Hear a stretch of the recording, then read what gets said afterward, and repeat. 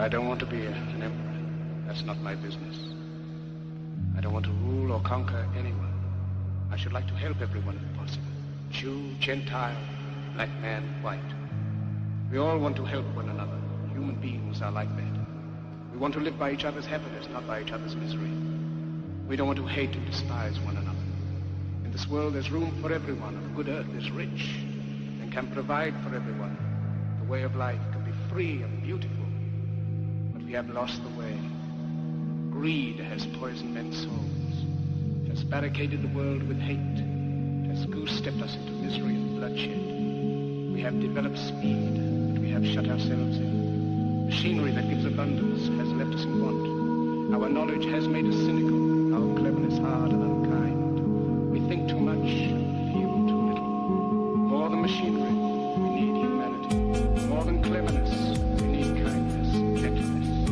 Without these qualities, life will be violent. All will be lost. The aeroplane and the radio have brought us closer together. The very nature of these inventions cries out for the goodness of men, cries out for universal brotherhood, for the unity of us all. Even now, my voice is reaching millions throughout the world. Millions of despairing men, women, and children, victims of a system that makes men torture.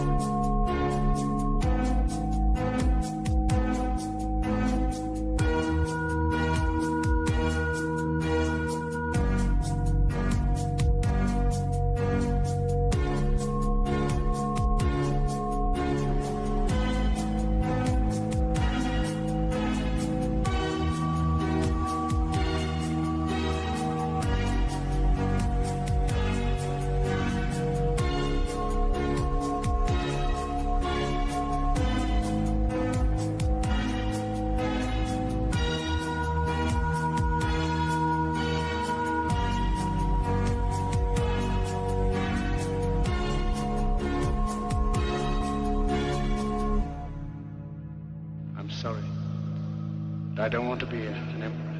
That's not my business. I don't want to rule or conquer anyone. I should like to help everyone if possible. Jew, Gentile, black man, white.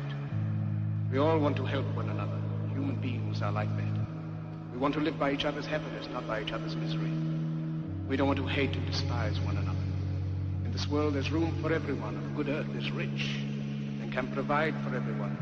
The way of life can be free and beautiful. But we have lost the way.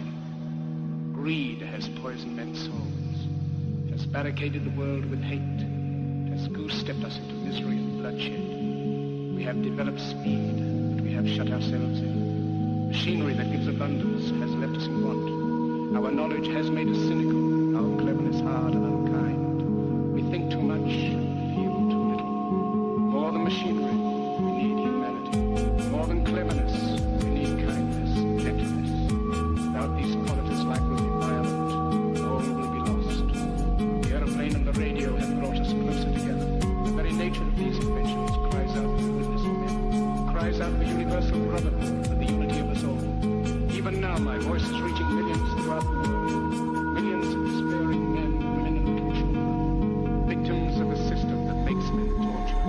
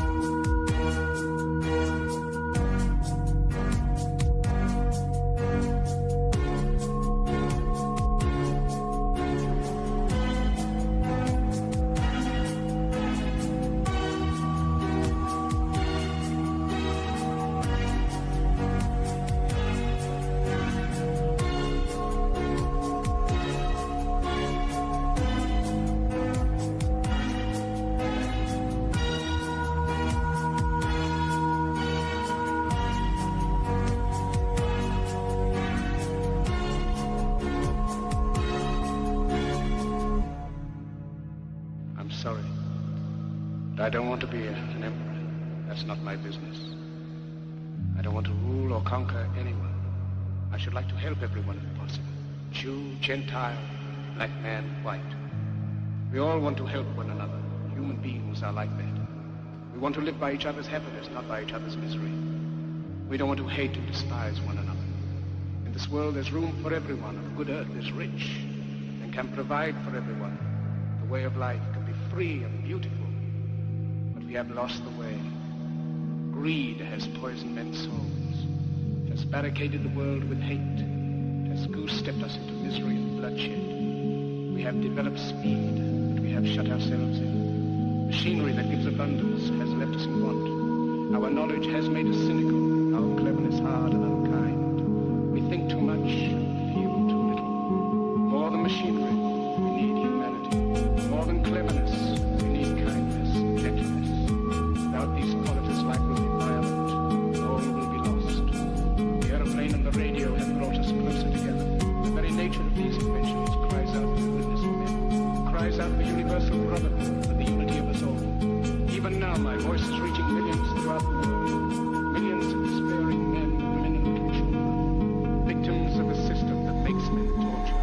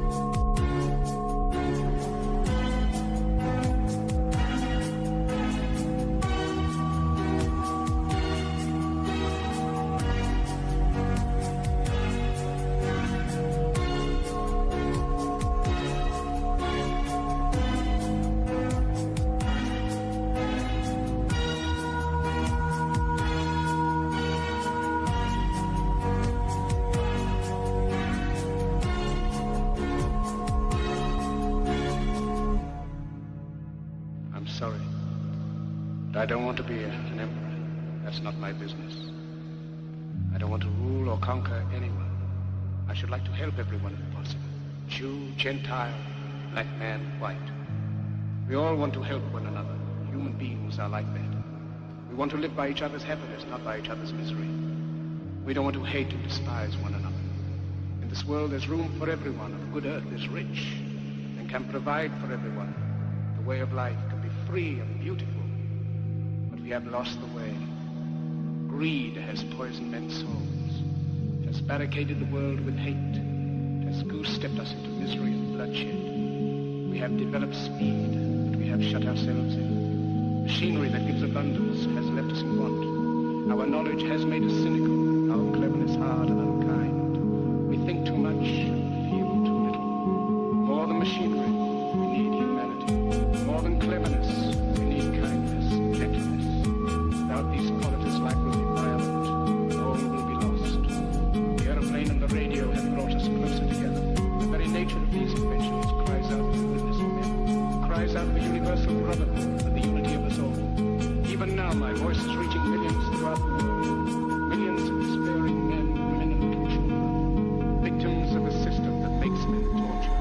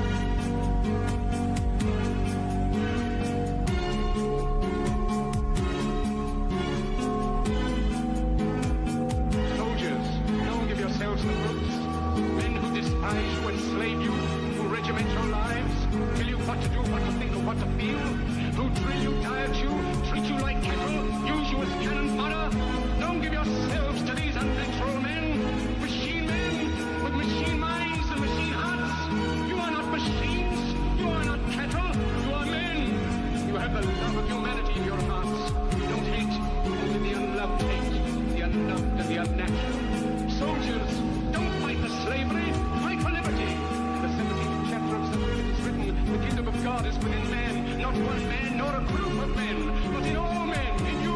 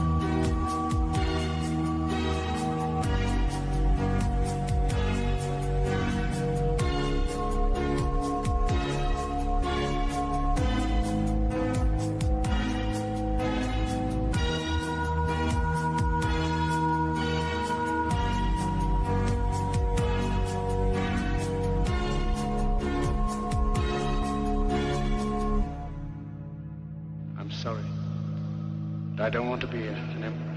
That's not my business. I don't want to rule or conquer anyone. I should like to help everyone if possible. Jew, Gentile, black man, white. We all want to help one another. Human beings are like that. We want to live by each other's happiness, not by each other's misery. We don't want to hate and despise one another. In this world there's room for everyone. The good earth is rich and can provide for everyone. The way of life can be free and beautiful. But we have lost the way. Greed has poisoned men's souls, has barricaded the world with hate, has goose-stepped us into misery and bloodshed. We have developed speed, but we have shut ourselves in. Machinery that gives abundance has left us in want. Our knowledge has made us cynical, our cleverness hard and unkind. We think too much, feel too little. More than machinery, we need humanity. More than cleverness, we need kindness, gentleness. Without these qualities, life will be violent. All will be lost. The aeroplane and the radio have brought us closer together. The very nature of these inventions cries out for the goodness of men, cries out for universal brotherhood, for the unity of us all. Even now, my voice is reaching millions throughout the world. Millions of despairing men, women, and children, victims of a system that makes men torture.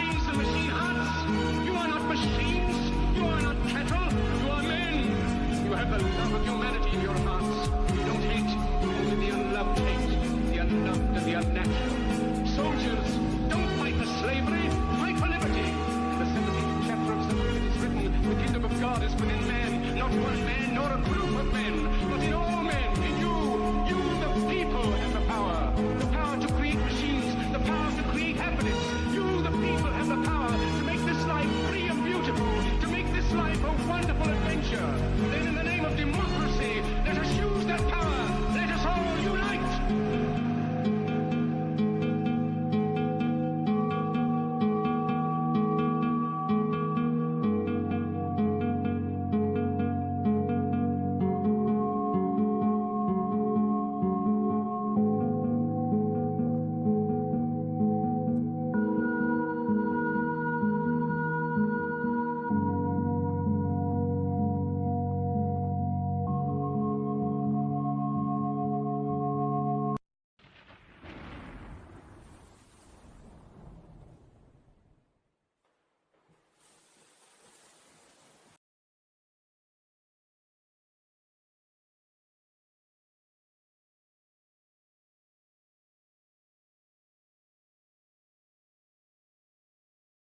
America, we are back, baby. Welcome to another episode of America Unfiltered. We got a great show for you guys today. We're going to be doing a live reaction to Tucker Carlson and the Joe Kent interview. Very excited to see what they have to say here. We saw the resignation come in from Joe Kent very recently, and this is the first major interview ever since that. Nick Fuentes gave his take on it last night. I actually thought it was very well detailed, and rarely do I ever defer to Nick on topics. I'm usually able to just look at anything happening in politics, and I'm able to give a fairly good analysis about it. But with something like that, I deferred to Nick for probably the first time I've done that, because I know Nick has a personal history with the guy, and I think Nick was able to give a more advanced take than anybody else in politics was able to give. But with that, we're going to go right into the stream. I'm very excited about this. Hopefully we don't get copyrighted. Everyone say your prayers right now that we don't get copyrighted. If the stream gets taken down, it's because we got copyrighted, though. So just know that. You know, the Jews are at work. They're lurking in the shadows trying to stop this from happening. But we're going to go right into it. Thank you guys for tuning in. Remember to like, smash the follow button, share the show with friends, leave a comment. We read all the comments at the end of each show. We'll read all the comments from yesterday at the end of the show today. Remember to rate the show 5 stars on Spotify. Follow me on X, Instagram, whatever platform you are watching on. And join my Telegram channel by scanning the code up in the corner. It's that fucking simple. If you can't figure it out, you're fucking retarded. But okay, let's go right into it. Hope you guys are having a great day so far. We got a couple people in the live chat. Someone goes, hello, AU. How you doing? Someone goes, your future ex-wife still joining? That's tomorrow. Tomorrow we have Ceci on the show, my future ex-wife. Someone says, where are your super chat? I can't bother you with money, and I'm not gonna... YouTube, I don't have super chats for YouTube until the end of this week, most likely. I had to verify my payment account with them, and they have to fucking mail me something, so I'm waiting for the pin in the mail. It's a whole fucking thing. If you want a super chat on Rumble or Kick. We're live on every platform right now, though. Thank you guys for tuning in, but let's go right into the reaction show. And again, let's pray we do not get copyrighted here. That's really what we're hoping for over everything is no copyright. I'm hoping the QR code, the X thing, and me here is like enough to, like I'm covering the watermark. I'm hoping this works. This it's kind of Jewish of me, but we're hoping it doesn't. We're hoping it works. Here we go, though. Let's get the volume on. There we go. Then we've failed the test and we've lost. But judge for yourself. Here's Joe Kent. Joe, thanks a lot for joining us. I appreciate this. So I want to go through the letter that you sent yesterday as you resigned as director of the National Counterterrorism Center, and basically through the big points and give you a chance to explain them. You've been spoken for quite a bit over the last 24 hours, so I think it'd be really helpful to all of us if you would speak for yourself and flesh out some of these points. I'm just going to read the first one. I cannot in good conscience support the ongoing war in Iran. Iran posed no imminent threat to our nation. Iran posed no imminent threat to our nation. How did you reach that conclusion?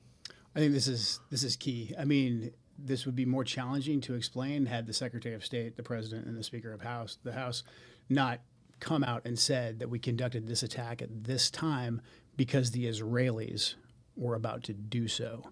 So that takes away the argument that there was an imminent threat, as in Iran was planning to attack us immediately. That just simply did not exist. May I ask you to pause? Sure. And so I've heard people say that, and this just happened, but history has a way of getting rewritten in real time, and then you look back 10 or 15, 20, 25 years later, and no one seems to understand the things that you saw because they've been eliminated. Yeah. So I think it's important to stop and say, here's what we actually know. So I'd like now, if we could, just to play one of the statements that you alluded to, and that's from Marco Rubio, the Secretary of State. And this was shortly after this war commenced.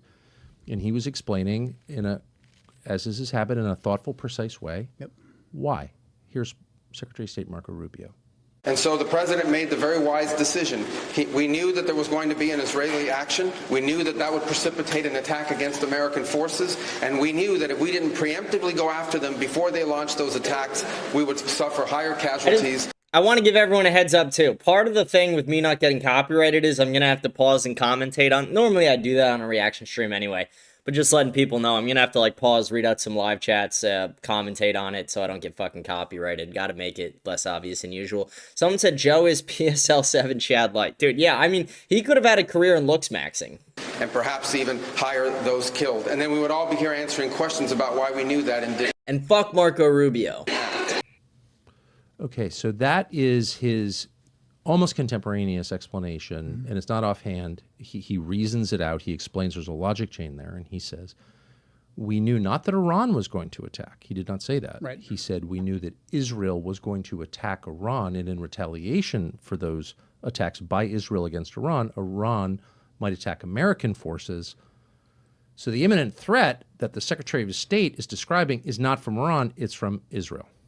Exactly. And I think this speaks to the broader issue. Who is in charge of our policy in the Middle East? Who is in charge of when we decide to go to war or not? In this case, with what the Secretary described, and later on the President, later on the Speaker of the House, and the way the events played out, the Israelis drove the decision to take this action, which we knew would set off a series of events, meaning the Iranians would retaliate. Now, I think there's a potential there where we could have done several different things. We could have simply said to the Israelis, no, you will not. And if you do, then we will take something away from you. I think that it's fine that we offer defense to Israel. But when we're providing the means for their defense, we get to dictate the terms of when they go on the offensive. Otherwise, they stand to lose that relationship. And the Israelis felt emboldened that no matter what they did, no matter what situation they put us in, that they could go ahead and take this action. And what they did is they sat Trump down when Bibi Netanyahu was on his fucking 47th visit to the United States over Trump's first year. And he pretty much said, right after they finished butt fucking each other, Bibi looks at him and says, we're going to use a nuke if you guys don't help us. That's exactly what happened. And then Trump was like, fuck, okay. Would just have to react. And so that speaks to that relationship. But also it just shows that there was a lobby pushing for us to go to war. I know we'll get into that later on in the statement. But we had a real potential, I think, knowing what we know of the Iranians and how they react, and in particular, how they react to President Trump's leadership. The Iranians, under President Trump's leadership, especially in his second term, they have shown that they take a very calculated approach to the escalation ladder. For instance, in the lead up to the 12-day war before Midnight Hammer, the Iranians didn't attack us. They were engaged in negotiations with us. When President Trump came back into office, they stopped their proxies who were attacking us under the Biden administration because they knew Biden was weak. They stopped their proxies from attacking us as well. So they knew President Trump was someone who wanted to negotiate, but more importantly, they knew that President Trump was not someone to mess with because he killed Qasem Soleimani. He killed Abu Mahdi Mohandas. He had defeated ISIS. They knew that President Trump was a man of action. He is militarily strong. And so they said, before we take an action, we need to make sure that it's calculated. So I think in this scenario, even if the Israelis told us we're going to strike on this date at this time, and we didn't, try to negotiate with the Israelis and say, hey, we'll take something away from them, I think we still could have back-channeled to the Iranians and said, hey, if something happens here in the next couple of days, it's not us. We're still serious about negotiations, and we don't want to escalate this because it's well known what the Iranians' plans were. We knew that they were going to hit potentially our bases in the region, potentially our allies. We knew about the Straits of Hormuz. All of these things, I think, were fairly well known. And the Houthis' ability to close the Red Sea, which they've not yet done, but which would be catastrophic to the world. So, for the purpose of explaining your position or fleshing it out more so people can understand it, because you're the most high-profile resignation. Guys, knock on wood, but we have not got a copy. We haven't got shit notification-wise. Let's fucking go. By far in a long time. And there's a lot of commentary on this. And I kind of took a quick trip through it this afternoon. And one of the consistent themes is, of course, there's a lot of slander, which we can talk about. But the substantive attack on you, and it is an attack or refutation of your letter, is that, well, actually, Joe Kent was totally for using military action. He supported the Soleimani killing, for example. He seemed fine with the 12-day war, for example. So he doesn't have a problem on principle with an engagement with Iran. You're saying what to that? What's your response? Well, I have no compunction about really fighting anybody who threatens our country, and the Iranians have posed a threat in the past, and the Iranians have a way of threatening America. They have the capability, and we always talk in the intelligence circles about capability and intent, what your enemy is capable of doing and what they actually want to do. And again, back to the data that we have on the Iranians, they used the escalation ladder. We saw that deliberately during the 12-day war. When they struck back after Midnight Hammer, it was very deliberate. They fired an equal amount of missiles as we dropped bombs on the nuclear facilities, and they basically hit a part of a base in Qatar that they knew we didn't have any troops on. Yes. They didn't want to escalate any further than we were willing to go. But also, the Iranians, when they pose a threat to us, they usually do it with their proxies. And if their proxies stick their heads up and their proxies come after us, this is basically the Trump doctrine, we hammer them and we hammer their high-profile leaders.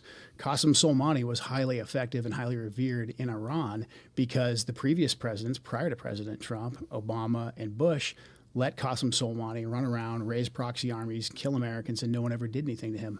President Trump rightfully killed Qasem Soleimani. We got his deputy, Abu Mahdi Mohandas, who had American blood in his hands, took them off the battlefield. But then President Trump stopped. He took those two key players off the battlefield And he said, I'm not going to further escalate with Iran unless you escalate with us, knowing that if we struck Iran and we truly struck the regime, that would only strengthen the regime. So then President Trump did something that's incredibly smart, used that decisive military action, but then he coupled it with an economic package of sanctions, maximum pressure sanctions. And we can debate whether or not we should be using sanctions as the prime reserve currency holder or whatever, but he pressured the Iranians economically after punching them in the mouth and showing that, hey, I won't take this. I'm not Obama. I'm not Bush. If you cross a line, I will come after you. But then he really put the pressure on them economically. And if you look at the effect of the economic sanctions, that's what got the Iranian people on the streets actually protesting against the Ayatollah's government, which is ostensibly what we would like. We would like to see a bottom-up regime change where we get rid of the Ayatollah, but it's the will of the people, and they have a new successful government that's stable that we can deal with.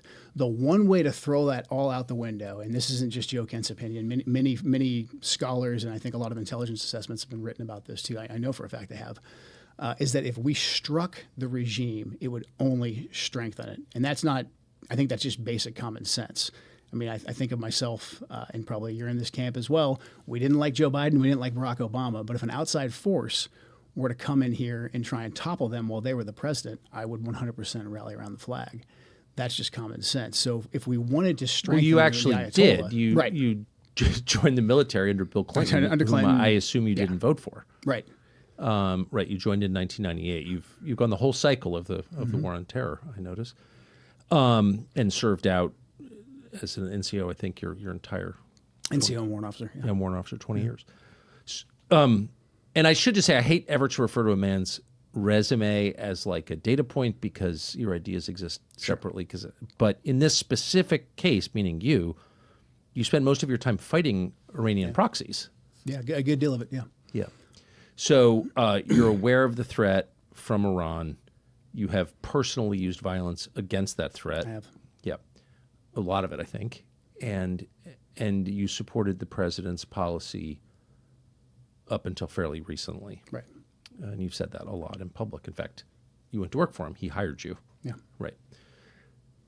But here's from what I can tell, is the central question: imminent threat. Now, the president has said many times to many people, including the public, Iran can't have a nuclear weapon. Mm-hmm. I'm sure he must have said that to you. You don't have to say it, but he said it to everybody. Is that fair? Yeah, that's fair. Yeah. They can't have a nuke. Whenever asked, we say, let's just start here. They can't have a nuke. Mm-hmm. Okay, got it. Everyone agreed with that conceptually. Was Iran on the verge of getting a nuclear weapon? No, they weren't, 3 weeks ago when this started, and they weren't in June either. I mean, the Iranians have had a religious ruling, a fatwa, against actually developing a nuclear weapon since 2004. That's been in place since 2004. That's available in the public sphere. But then also we had no intelligence to indicate that fatwa was being disobeyed or it was on the cusp of being lifted. The Iranian strategy, it's actually pretty pragmatic. The Iranians are... I mean, you just have to look at it like that. Like, again, I got to keep pausing it because I don't want to get copyrighted. I got to add some of my input here and there. But I think it's ridiculous when you look at like some of the things they've been saying in the Trump administration. If you really just like follow it and you're not retarded, you could see it pretty clearly. In June, when they struck Iran, they used the bunker buster bombs on Fordow and Natanz, and they told us that they destroyed the nuclear program, and they went further than that. They literally posted an article on whitehouse.gov that anyone can go see, where they said that we set their program back 10 years, and if you are denying that, then you are a Democrat plant, or you are just on a witch hunt for Trump. So they say 10 years, and then less than 10 months later, we're back bombing them again. It's very clear we're in this for Israel. And then there's even more mixed messaging coming from like Caroline Levitt. She tweets out that there's no threat on the homeland, or no threat from Iran at all to the United States. And then just a couple days later is basically tweeting the exact opposite thing. If you just follow the rhetoric, if you follow the things they're saying, you could see that everything they're saying is a fucking lie, that they don't even have their story straight. And again, I gotta just keep pausing it to have my input so we don't get copyrighted, but it's just so retarded to me that so many people are plan trusters and so many people do still believe the things they hear from Donald Trump at this point. If you haven't learned Donald Trump is full of shit, no offense, you're just a retard who is not going to fucking make it. Obviously aware of what's taking place in their region, and their strategy was to not completely abandon their nuclear program because they saw what happened to Muammar Gaddafi in Libya. when he said, hey, I've got no more nukes. I'll do what you say. I'll give up my nukes. And we gave him the Nobel Peace Prize? Yeah, we regime changed him, and he was, executed by his own people in the most horrific way. Oh, sodomized by a bayonet. Right. Okay. Yeah. So that's what that's the lesson. Wait. Did he just say sodomized by a bayonet? What the fuck? That caught me off guard for a second. That's crazy. That's crazy. Holy shit. Sodomized by a bayonet. I mean, I don't know why I'm laughing. That's fucked up, but... And I think that the entire region took from that when Hillary Clinton... Unfortunately, that is what the neocon, neoliberal warmongers, that's the lesson that they showed everyone in the region. And then conversely, the Iranians also knew that if they came out and said, okay, we've got a nuke, whether they were bluffing or not, Saddam Hussein, Iraq right next door. So they kind of had this... And he hung, I think. He was hung by his own people, after a bloody, war that's still essentially going on inside of Iraq. So the Iranians' position, when viewed from the lens of the region, was actually fairly pragmatic. They were preventing, themselves from developing a bomb, but they still wanted the ability. They wanted the ability to enrich. They wanted the ability to have some components so that they weren't completely stripped of it. And when we always assessed that they were either several months or a year, 2 years away from actually being able to develop a nuclear weapon. And that's not because the Iranians are stupid people. I think we can tell right now that the Iranians are anything but stupid. So this guy in the live chat who's like saying that it's very good for the United States that we're involved in this war in Iran, I just want to say to you personally that you are a fucking retard. Your mom probably drank when she was pregnant, or you just got dropped on your fucking head, because nobody can be that retarded. Like, something had to have happened to make you that retarded, but you really are fucking stupid. Holy shit. Like, I'm reading some of your live chats, and all I'm thinking is, like, this guy is fucking stupid. You're not going to make it, buddy. Sorry. But they had the ability, I think, that the brain power to actually develop one, or they could have simply traded a ton of oil with Pakistan or with someone else to actually get a nuclear weapon. They were not doing that. We had no intelligence to indicate that they were. Then why was the president, was he told that they... Someone asked, would Joe Kent make a good presidential candidate? Fuck no, he wouldn't. Joe Kent flip-flops on shit depending on who he's talking to. No, he would not. Sorry, no. They were on the brink of it? Why, at the beginning of every conversation about Iran, would the president say, I don't want Iran to have a nuclear weapon? Why was that the central question when, and you would know since you were the director of the National Counterterrorism Center, why would he say that if there was no intelligence or evidence that they were actually developing a nuke? So, I mean, a couple things. This is what I talk about in the letter about this ecosystem of information that's laundered through a lot of prominent neoconservative types that are very sympathetic to the Israeli Why did it just freeze on the screen? All right, give me 1 sec. Let me fix this. Guys, they're catching on to us. They're catching on to us. 1 sec. I know how to usually fix this. All right, here we go. Like government officials who give us things in semi-official channels.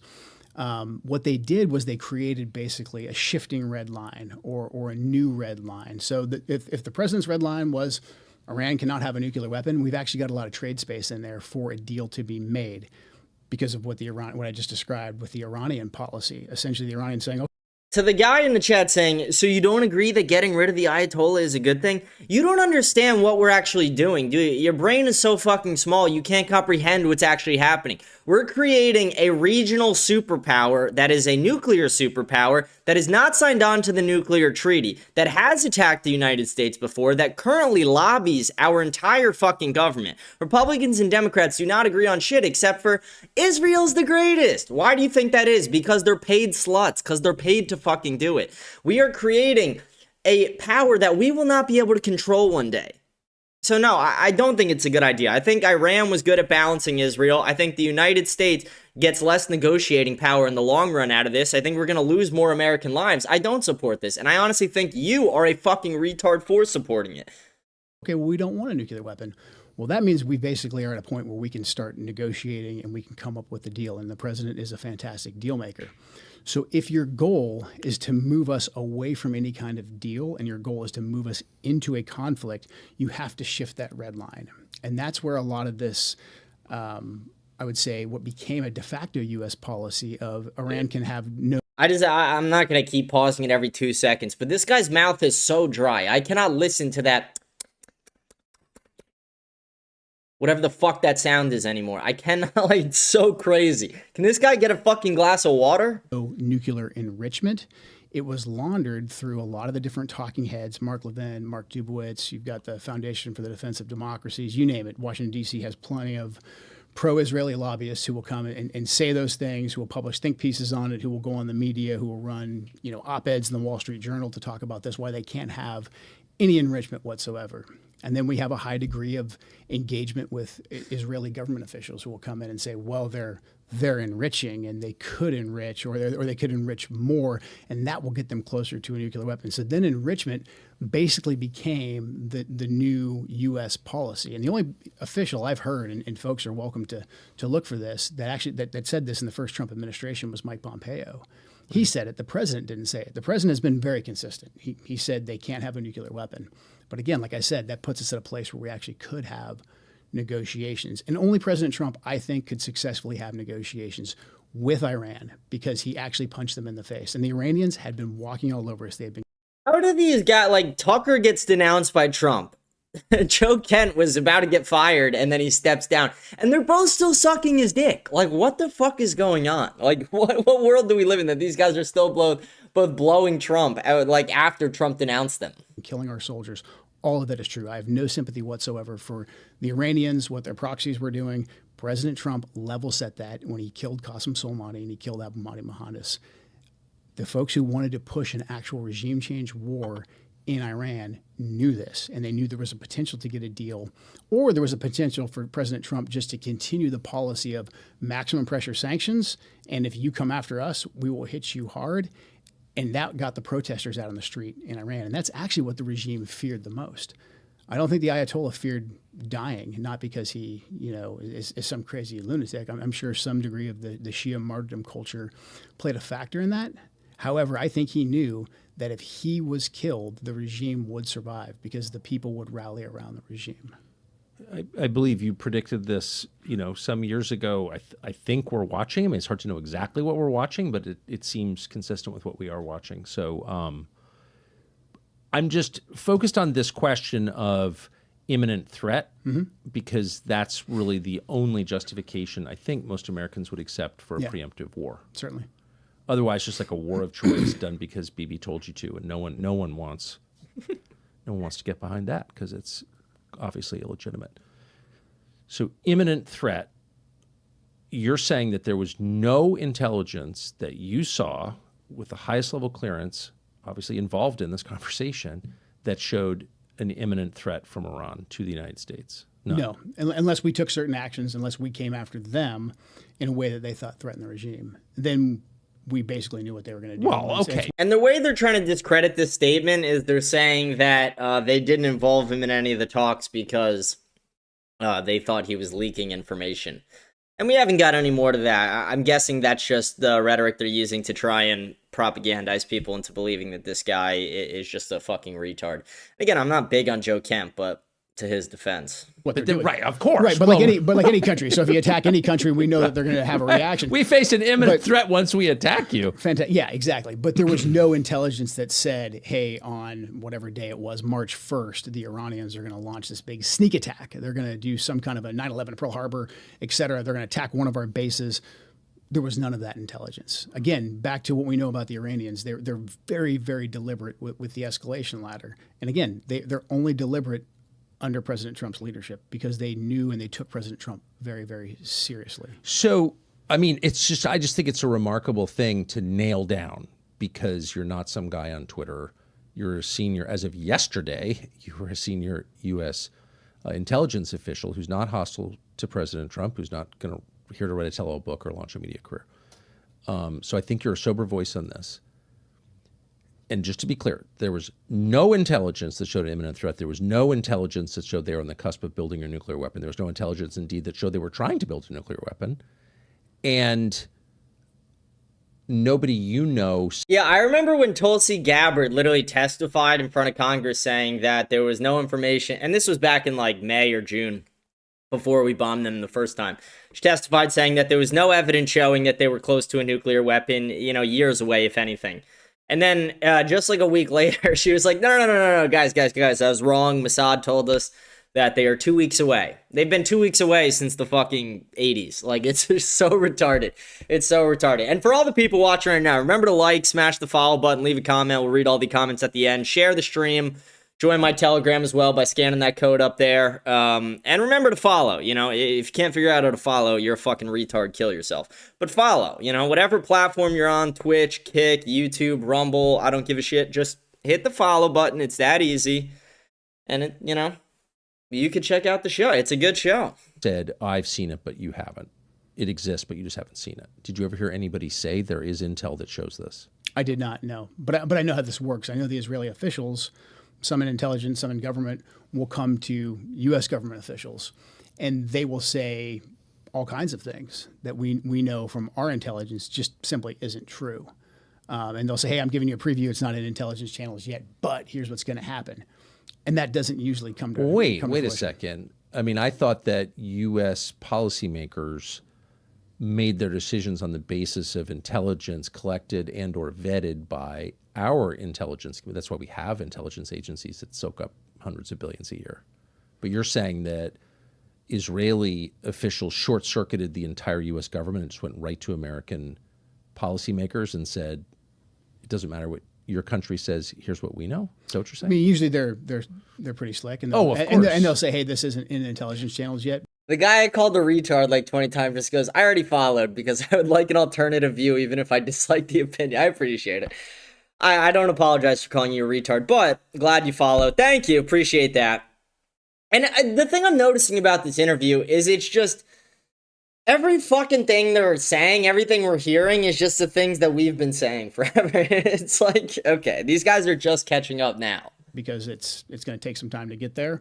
And here, they're on the cusp of building a bomb. They're going to, I don't know, you pick your topic. A lot of times they'll sample different things until they find what sticks. But in general, the narrative about, they're going to do a preemptive attack, or really just they're going to build a nuclear weapon. And if we don't stop them now, they're going to build a nuclear weapon. And enrichment is the pathway to that. They're going to continue enriching at whatever percent. Enrichment became the narrative. And so that hung up and that short-circuited and really sabotaged the entire negotiations, because the Iranians basically said, like, we're not going to negotiate if the whole starting point is no enrichment. And again, that had nothing to do with a nuclear weapon, and the Iranians essentially agreed to that. So the Israelis came in, they moved that red line, and they would do a lot to say, like, oh, they're enriching, and you know what that means? That means in X amount of time, they could have a nuclear bomb. You have to ask now. And then the way the ecosystem would work is that the talking heads on TV, your Mark Levin's, Sean Hannity's, et cetera, they would say basically the exact same thing that night on TV, or there would be a piece written in the Wall Street Journal, the New York Times, that would say something very, very similar. Yet, if you looked in classified intelligence, we didn't see any of that. I mean, that must have been such a weird experience for you. Bizarre. Since you have access to the biggest and most powerful and presumably the best intel agencies in the world, and you're seeing people say things as fact when you know that they're not facts. Right. What was that like? Infuriating. And I think that's why, in general, in the lead up to this last iteration, a good deal of key decision makers were not allowed to come express their opinion to the president. Not allowed by whom? I think it's important for me right now just to stay on the facts. I don't want to point names. I don't want this to become a name calling or this guy did this on this day. But any leader has gatekeepers, and so you're saying that you were prevented from bringing this information directly to the president by gatekeepers. Well, there wasn't a robust debate. So in general, because our assessment really hadn't changed, we would send those up through intelligence channels. Everybody's kind of reading the same intelligence, but then what actually gets briefed to the president can be very, very different depending on who and how it's delivered. And without a level set from the intelligence community, someone like D&I Gabbard coming in and saying, Mr. President, like, here's the full scope of the intelligence and what it means, you're kind of lacking that sanity check of where we're at, or at least a good sampling, to gauge how accurate what the Israelis are saying is. And that process, in my view, was largely stifled in this second iteration. There was robust debate and robust discussions leading up to the 12-day war into Midnight Hammer. But this second. Also, let's say this really quick. If anybody wants a super chat, I'll give you a little, like, for every super chat, we're going to do a little knife show. We're going to thread my fingers with the knives. So just throwing that out there as well. We don't have YouTube super chats up this week, but we do have Rumble and Kick still. Someone goes, fuck, how much did I miss? Not much. You could always rewind, but not much. At least the guy stands by his words and is smart enough not to get copyrighted. Knock on wood. Let's knock on wood when we say that shit. Ooh, boohoo, casual, lol. We're all here having fun, stealing Tucker's content. You're a treasured and loved retard. I'm definitely not here because I don't want to pay for Tucker Carlson's content. I support James P. wholeheartedly. I'm tired of your knife show. You want a new trick? Here, I'll give you a new trick.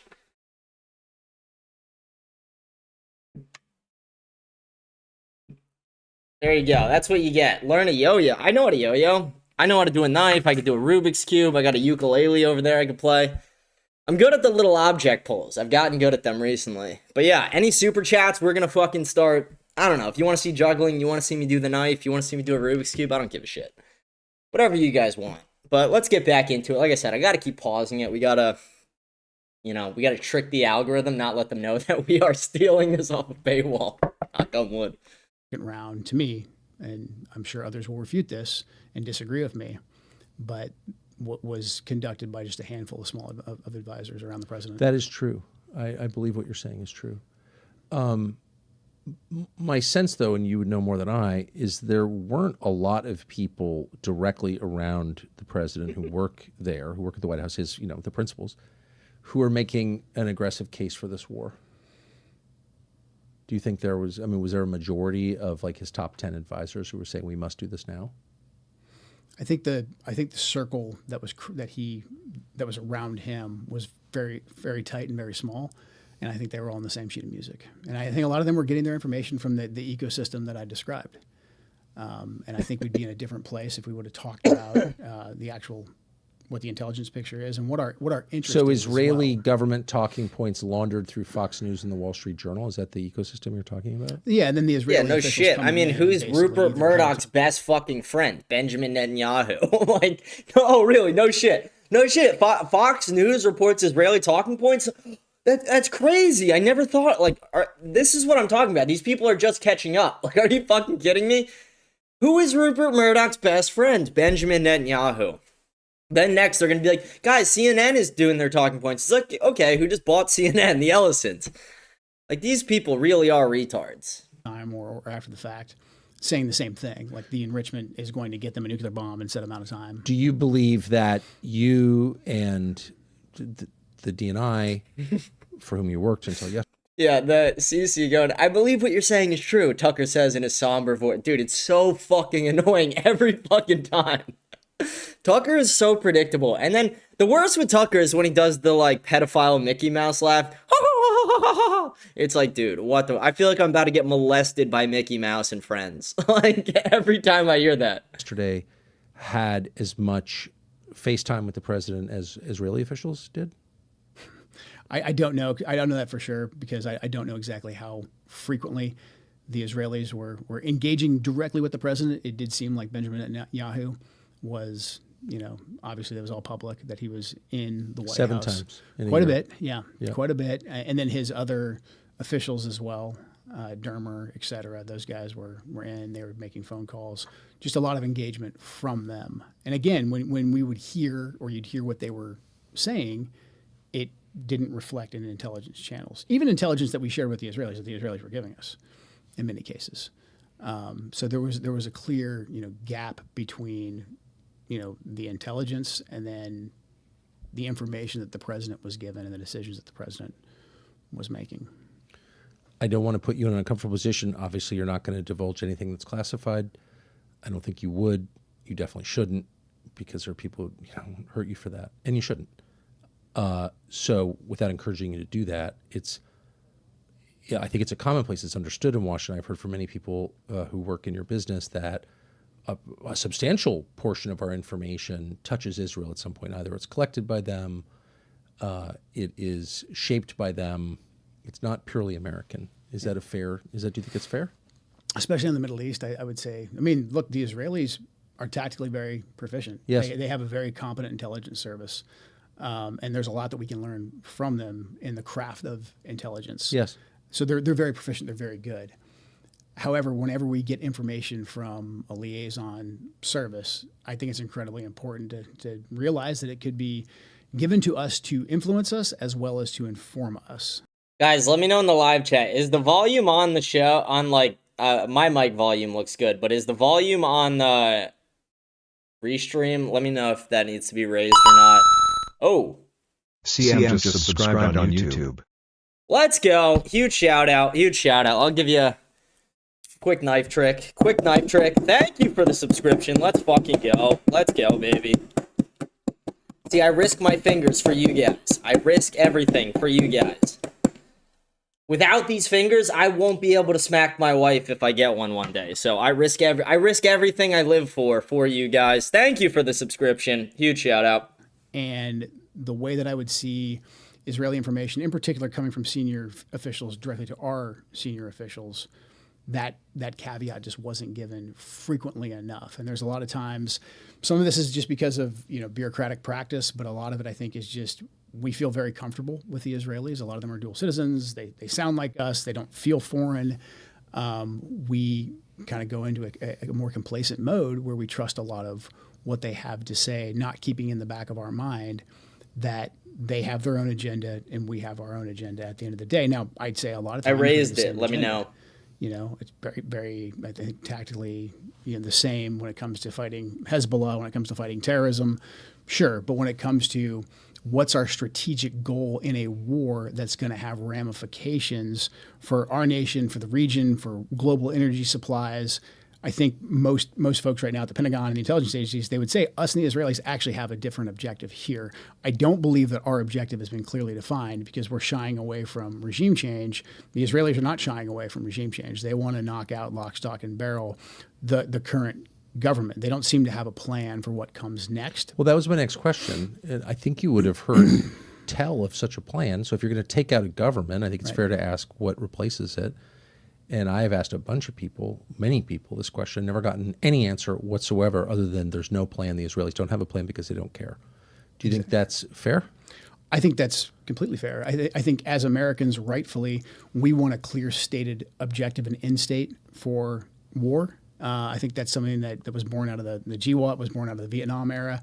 Americans want to know why we're going to war, what the end state is, and they can get on board in general if that's clearly articulated. That's not the case with Iran. The Israelis are different. I think a lot of times, again, because a lot of them speak English, they culturally feel the same, but the Israelis have a much different tolerance for how and why they're going to war and for their endurance for war. The Israelis are completely fine with Iran slipping into chaos.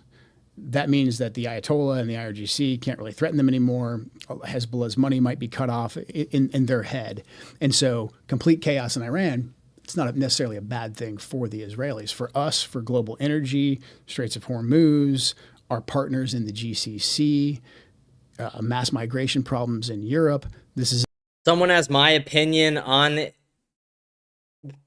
I already gave you my fucking... You're the same guy I called a retard like 20 minutes ago. What are you talking about? I already gave you my opinion. I told you, this war is bad. We should not be involved. The United States has been slaves to Israel for far too long. There's a war that benefits Israel, doesn't benefit America. And it's not even just that it doesn't benefit us. It actually serves to hurt us.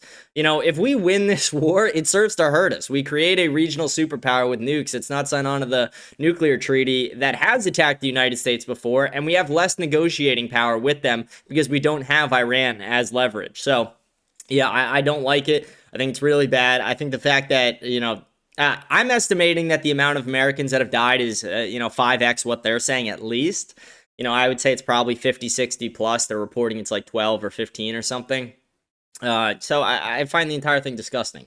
Fuck these people. Fuck the Zionist lobby. Fuck Trump. Fuck everyone in his admin.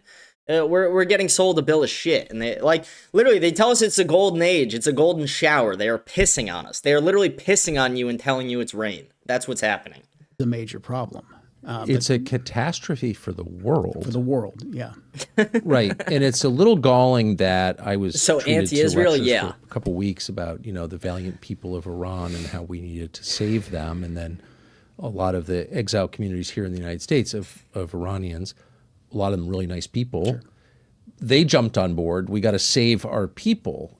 This guy's only 45 years. I'll give it to him. He does mog a bit, but at the same time, he is, I don't know, he's gray. Like, what the fuck? How is he only 45? But by your telling, and by the facts, by the way, this is not really an opinion. There's no plan for what happens after regime change. Like, the people pushing that line would be happy to see a permanent civil war there. Which is insanity. So if we do want a real regime change and we want the people to rise up and want it to happen fairly organically, going aggressively after the Ayatollah was the last thing that we ever should have done. Again, like, I'm no fan of the former supreme leader, Ali Khamenei. However, he was moderating their nuclear program. He was preventing them from getting a nuclear weapon. If you take him out, if you kill him aggressively, people are going to rally around that regime. And the next Ayatollah that you get, and I think this is the case by all data that we have with his son, the next Ayatollah that you get is going to be more radical because he has to show that he's going to push back. And there's always a tension inside of Iran between the IRGC, the Iranian Revolutionary Guard Corps, and the clerics who run the country. They have a healthy, I think, tension between the two, a rivalry. IRGC's leadership, these are Qasem Soleimani's troops. These are the guys that Soleimani trained. These guys, most of them cut their teeth in the Iraq-Iran war. A lot of them cut their teeth fighting us in Iraq. They cut their teeth fighting ISIS in Iraq and Syria. They created Hezbollah. They trained and armed Hezbollah. So these guys are actually pretty serious and pretty hard line, and they're willing to fight and they want to fight. And so by killing the Ayatollah, we've given them more power because now internally they can go and they can say, hey, all you guys who thought that we could negotiate with the Americans, you're chumps. We have to fight them. So I think the longer this goes on, the more negotiators, the more moderates that are killed off, like we just killed Ali Laranjani, who was a negotiator, who was eager to get us a deal. Again, look, I've got no love for the IRGC. I've got no love for the Iranians. But you've got to realize, just to be clear, if you want it to end, in case you're tuning in now, you fought their proxies. I fought their proxies. I mean, I put countless of them in flex cuffs or much worse. I've gone after the Iranians. I was in specialized outfits that went after the Iranians and their proxies. These are very serious people. They're not supermen by any means. They're humans. Is anyone else thinking what I'm thinking, like, when you're looking at Joe Kent? Every time I see his face, especially, like, look at the freeze frame I have it on now. Just imagine him with, like, a beautiful Chaplin stash. I don't know if anyone else is thinking it. Maybe it's just me. But he would look good with a Chaplin. He could be the guy to bring it back. Maybe his recent statements might make it a little harder, but I do think he could bring it. I think he could be the one to bring. Alex Jones tried. It didn't really catch on, although he did look good with it. I do think Joe Kent, he's handsome enough that he could bring back the Chaplin. I'm here for it. I'm here. I give my heart to you, Joe Kent. I give my heart to you. Please bring it back. We need it. But they're serious, and if you give the IRGC a reason to take more control and they get support from the people, because again, you kill off the Ayatollah, they can say, hey, the last guy was too moderate. Look at what it got us. Like, give us more control. I get it. And the Iranian people are going to be like, well, actually, yeah, I don't like getting bombed by the Americans and the Israelis. Maybe we do need to listen to the IRGC. So a lot of these, the points that you're making, I think are insightful, but they're also pretty obvious if you kind of game it out for 10 seconds. Yeah. So really? It seems like you've got two different goals. You've described Israel's goal as just regime change, permanent chaos, take Iran off the map as a coherent nation state, just tie them up with internal chaos, whatever the effects of that are on the rest of the world, all of them disastrous. Then on the American side, you have Tommy Ashby just followed on kick. Beast. Dude, let's go. Let's fucking go, people. Let's go. What a beast. Huge shout out to that guy. What was your name? Oh, no, you're an Indian spam bot? Kill yourself. Fuck you. Never mind. I take back the beast. I take it back. You're a pussy. Fuck you. He follows me and then he goes, hey, homie, I can share your stream in a Kick community. Kill yourself. Fuck you. You're worthless. You're scum. People like you are what make me hate this world. Seriously, fuck you. Suck my fucking dick. The president's stated goal, which is we can't let Iran have a nuclear weapon, which they didn't have and weren't trying to build in any imminent way. Right. Okay. So if you join those two together in a common mission in a war, like that's our partner in this war, Yeah. then you create all kinds of very bad incentives. And now Larijani, I think, was killed by the Israelis. You saw the Israelis blow up Qatari natural gas facilities today in the Qatari natural gas field, which feeds the rest of the world LNG. Those seem like very obvious steps, not to minimize the threat from Iran, but to lock down the United States in perma-war. We can't get out after we do that. You kill the negotiator, you attack our closest ally in the region, is probably Qatar. You attack Qatar, apparently? Like, no one thought this might happen? And there's no reins on the Israelis, unfortunately. I mean, we continue to refer to them like as our partners or equal to the best partners we've ever had. But at the end of the day, the Israelis couldn't do any of this without us. And so we have to be acting against our interests in a very obvious and very serious way. And again, it's obvious. If Someone asked if anything interesting has happened in the first hour. I mean, it's kind of just been repeating a lot of the stuff I've been saying for a while. So nothing new to me.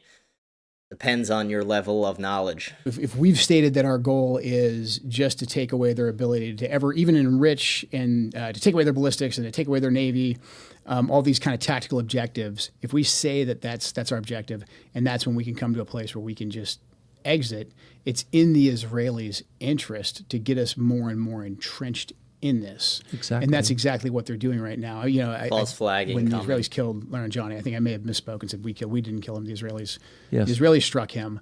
But I do believe in Iran at this point of the war, they view it as, whether we like it or not, I think they view it as us and the Israelis kind of as the same thing. We've described it that way. Because the Israelis couldn't do any of this without us. And that's where the relationship is just way off kilter. If they have different objectives than us, then what are we doing letting them drive the war? So you just said something that's been disputed many times by I'm not going to name anybody, but by advocates for Israel. It's a PR department here in the United States, which is huge. And you said they couldn't do any of this without us. You often hear its promoters, its lobbyists say, Israel just wants to fight its own wars. Back off and let us do it. Is that not? I'd love us to run the experiment where we try that. What would happen? You know, the Israelis, again, they have the ability to go out and collect great intelligence. They have a very capable military, but they're a very small country. I think Israel would be able to defend itself. I think it could conduct, limited strikes on its borders. I think it could continue carrying out pretty impressive targeted assassinations against its adversaries. And so I think you would see it relatively contained. What it couldn't do is go topple entire governments. It couldn't do something like the Iran war, the Iraq war. It couldn't aggressively, destabilize Syria. These big, heavy lifts of regime change that America has been engaged in, Israel could not. The guy in the thing tell me to be myself. Dude, if you're new to the show, then you're just getting it. This is me. I'm just myself on this show. You're retarded. Just because I move my hands around a lot, like, it's just so retarded. Do on their own, which is where you get back to the Israeli lobby being just so potent and so powerful and so aggressive. So and I want to ask you about that because that's the line that you're being attacked for. And so I want to go through and have you explain more fully, if you would, why you said what you did and read it. But before I do that, one last question.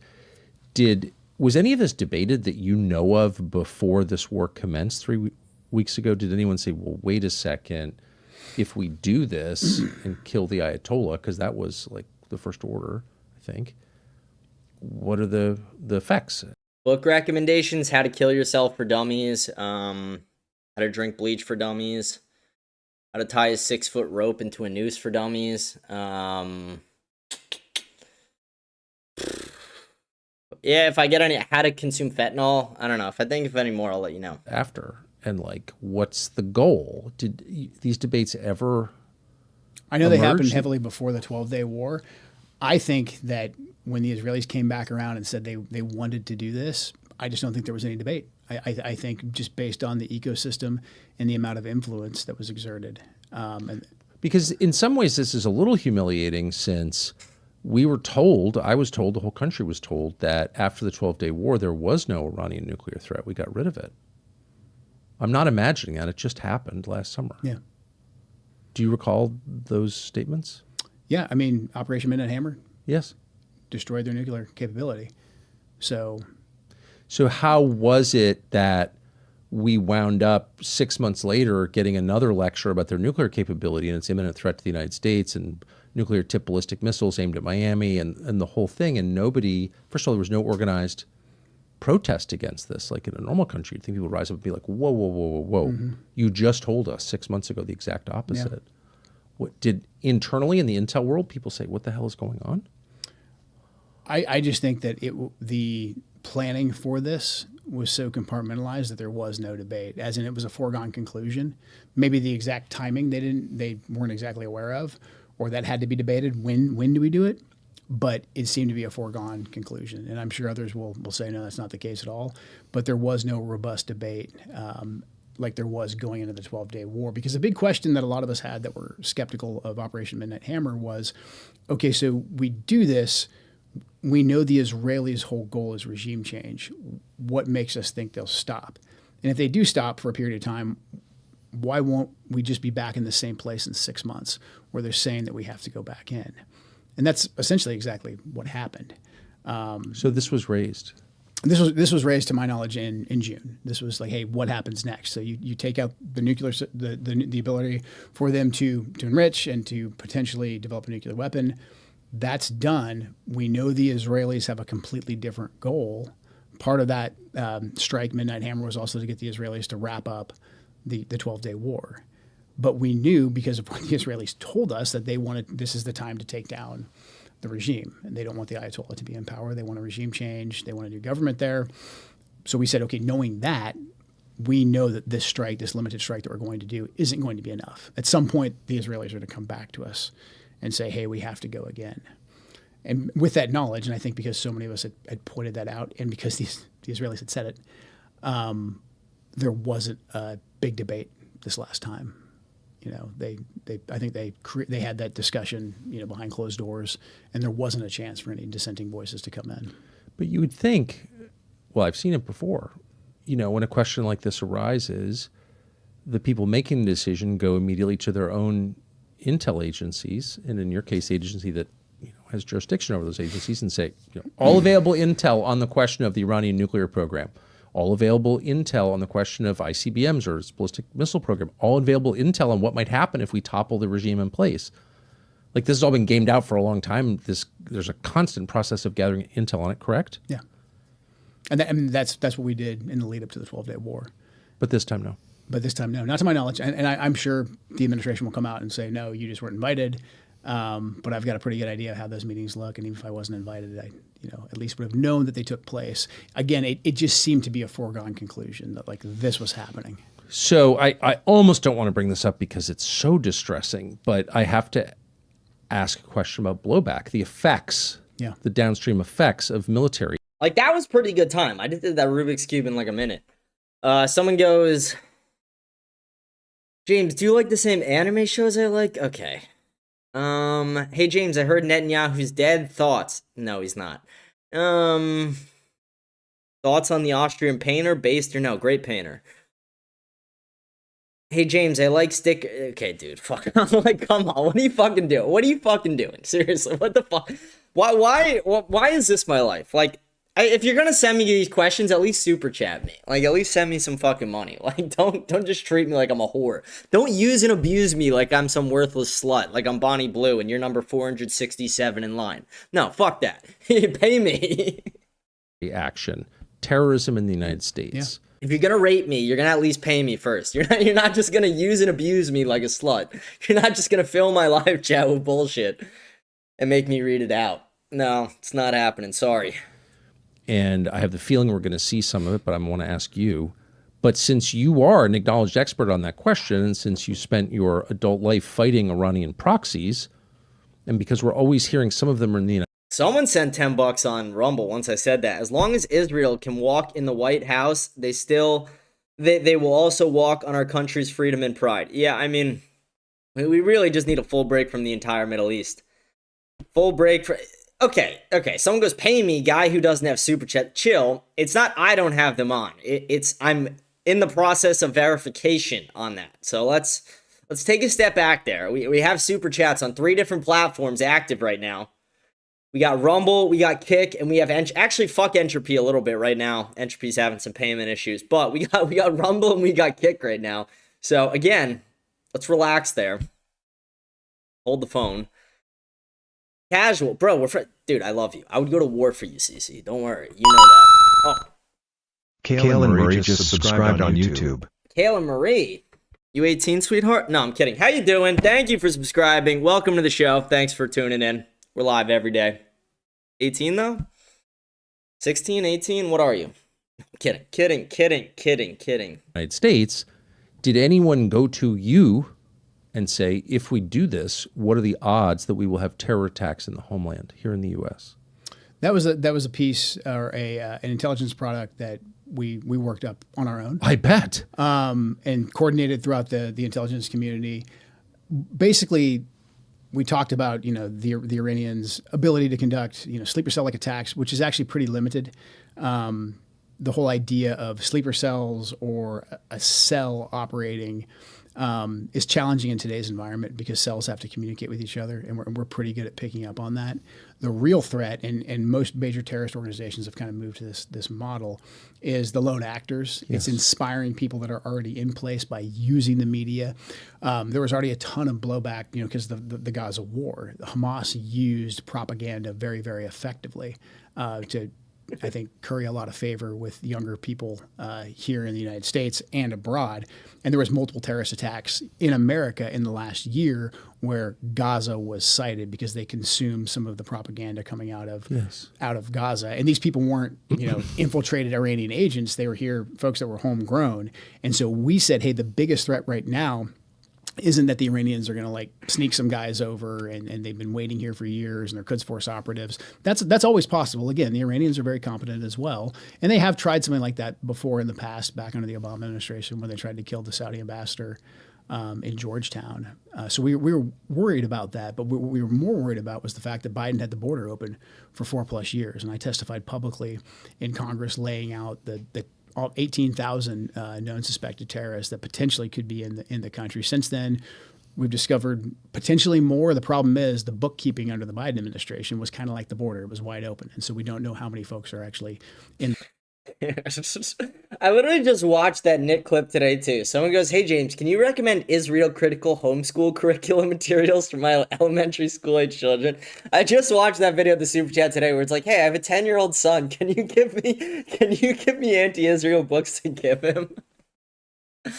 Dude, it's great. The fact that there are some people like that out in this world is actually a little bit scary. It's like, dude, just read your kid The Hungry Caterpillar. Read your kid a normal fucking book, you weirdos. Yeah, show your kid Europa the Last Battle. just play that let's go. Another super chat. Let's go. What a day. From CC Red, well, I didn't know that your Rumble chats were open, LOL. Anyways, hi, what's up, man? What you up to? Anything cool? No, nothing cool. Just watching this interview. WCC Red, we would go to war for that guy. He is the fucking man. Let's go. We love CC.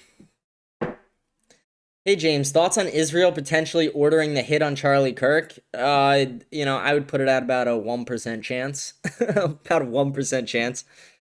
Here's the thing about, do I think the FBI's narrative is weird? Yeah. Is there some holes in the story? Sure. Are we going to find that out throughout the trial? Maybe. I think we should wait till we see the trial to, dive in further in that.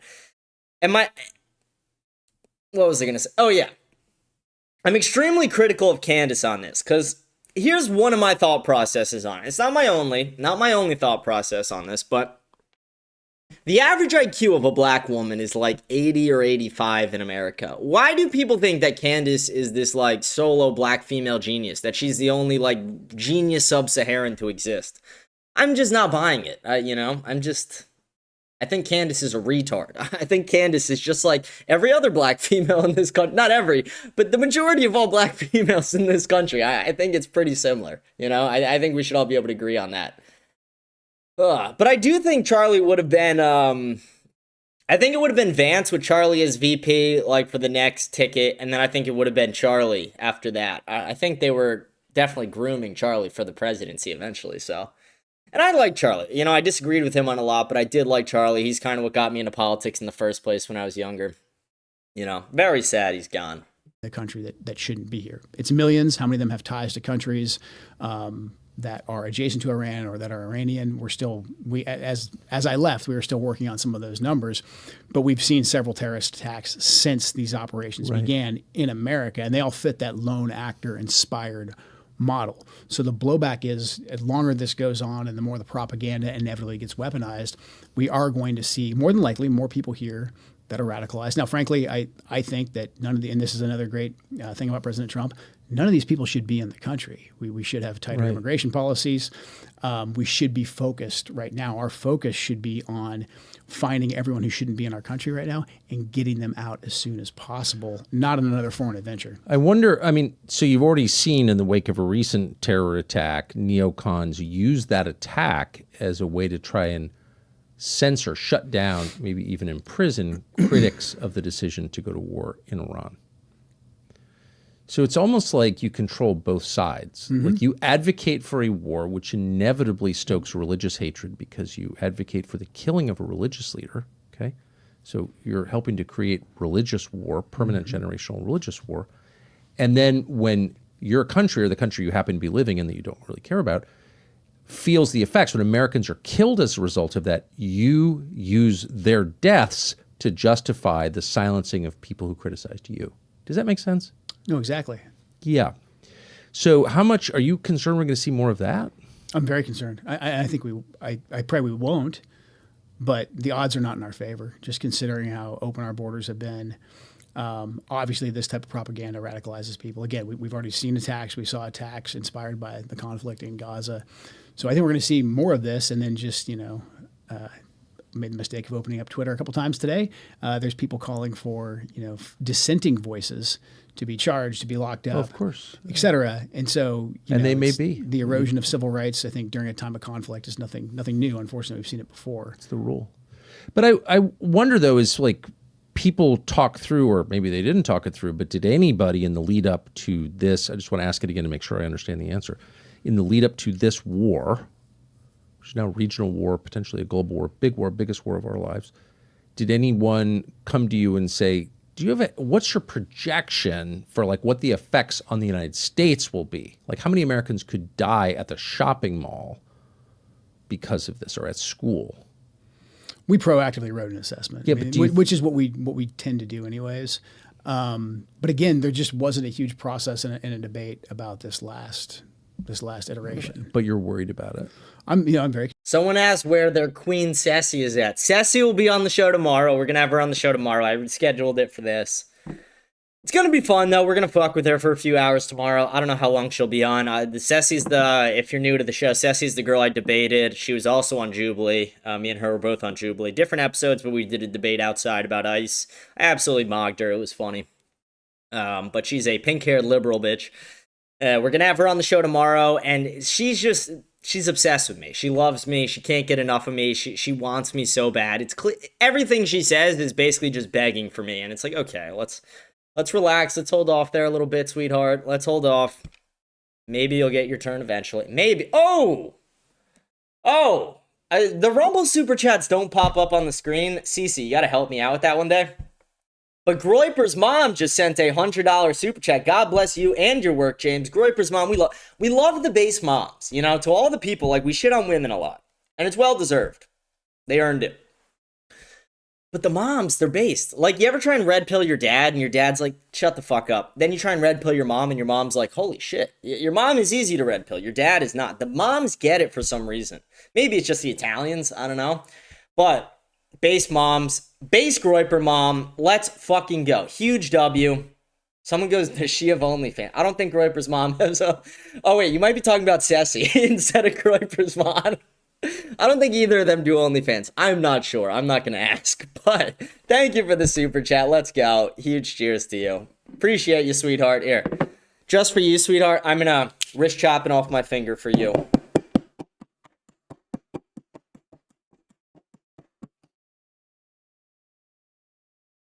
Wrist chopping off my finger for you, sweetheart. Thank you. Concerned about it. I am too. I am too. Yeah, I'm too. Okay, so let me read you the most controversial, and you've addressed this to some extent, but I'd like you to flesh it out a little more, if you don't mind. You say to support the values and the foreign policies that you campaigned on during 3 campaigns and that you enacted. You understood up until June of 2025 that the wars in the Middle East were a trap that robbed America of the precious lives of our patriots and depleted the wealth and prosperity of our nation. Early in this administration, this is the change, high-ranking Israeli officials and influential members of the American media deployed a misinformation campaign that wholly undermined your America First platform and sowed pro-war sentiments to encourage... Someone asked, how can I make your life easier? You want to know how to make my life easier? It's actually very simple. And there's 2 answers. One is just send me money, obviously. The second answer, which is a little bit more reasonable, is... read the book, The Israel Lobby. Then go read the FBI statistics on black crime. Then research what the Hart-Celler Act is.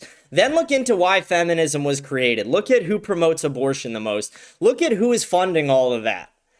If the average normal person in America could just realize all that shit and not have to have people explain it to them constantly, it would be a lot fucking easier. You know, it would be a lot easier. But for some reason, people are too fucking stupid to read anything. But hopefully that answer is good enough for you. I don't know. I mean, that's all you have to do, though. You just have to be aware. That's it. You just have to be aware. If people were more aware, this would be so much fucking easier and a way simpler task. If people were more aware, we wouldn't have to fight for America first. We would just have it. Like, if the average IQ in America wasn't fucking 100, if every person I talked to wasn't a complete and utter fucking retard, everything would be easier.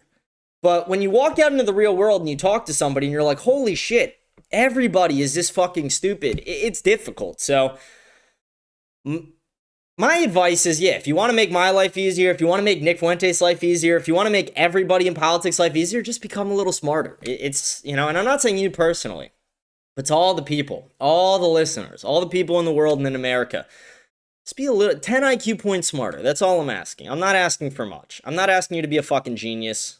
war with Iran. This echo chamber was used to deceive you into believing that Iran posed an imminent threat to the United States and that you should strike now. There was a clear path to a swift victory.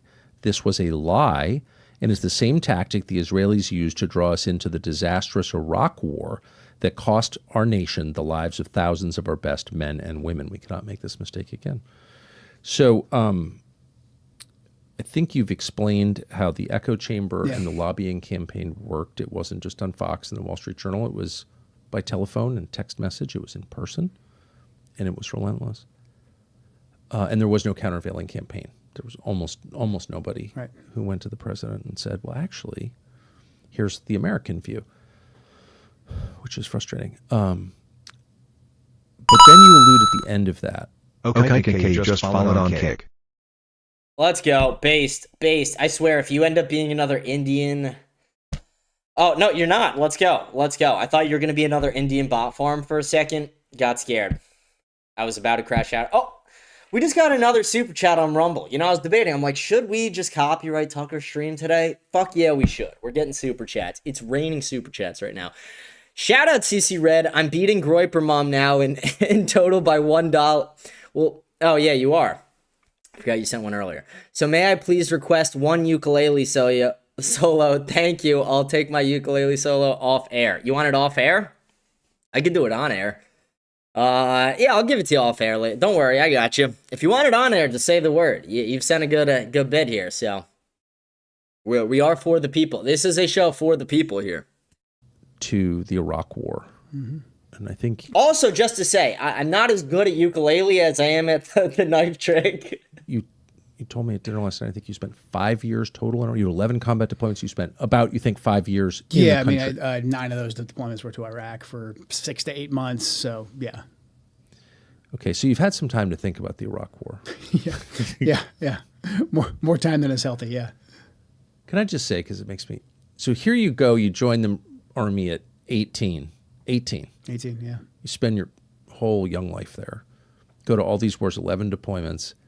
You spend 5 years in Iraq, over 7 deployments, and you reach a series of conclusions, fighting and being shot at by Iranian proxies, and now you say, I don't think this war is good for America, and you're being slandered as a bad, unpatriotic quitter who secretly sympathizes with the Ayatollah. I just have to ask you how that feels. I mean, they love you when you're just saluting and moving out, but then the second you say, I don't think we should be doing this, and I have an opinion now, then all the attacks come at you. But I truly believe that that God put me where I am right now, really putting me through everything I've been through. Oh, wait. Okay, just subscribed on Kick. Let's go. Thank you for the subscription. This is for CC for the subscription.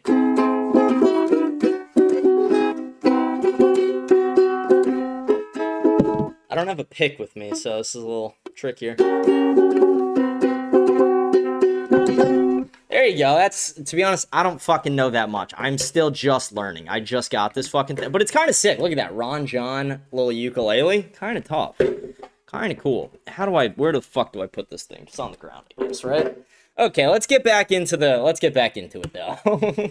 In my life to bring me to this point. I don't believe that God said, hey, you're here now in this moment to just sit back and be a good soldier for this iteration. I've had lots of friends who have said, hey, I think you would have been more value staying in the administration with your experiences. And I understand that, and I'm flattered by it. But considering all that I've seen, the conclusions that I've reached, I feel like I'm here for a reason. And something I think probably on my 3rd or 4th deployment, as I was realizing that we were lied to get us into Iraq, and that we had a whole mess that we now had to clean up, and how much it mirrored and echoed Vietnam. I remember. But wasn't this the same guy who was pro-Israel lobby just a couple years ago, but he realized all the way back then that they were fucking us out? This is what I mean. Like, these people, they change what they're saying depending on who they're talking to. And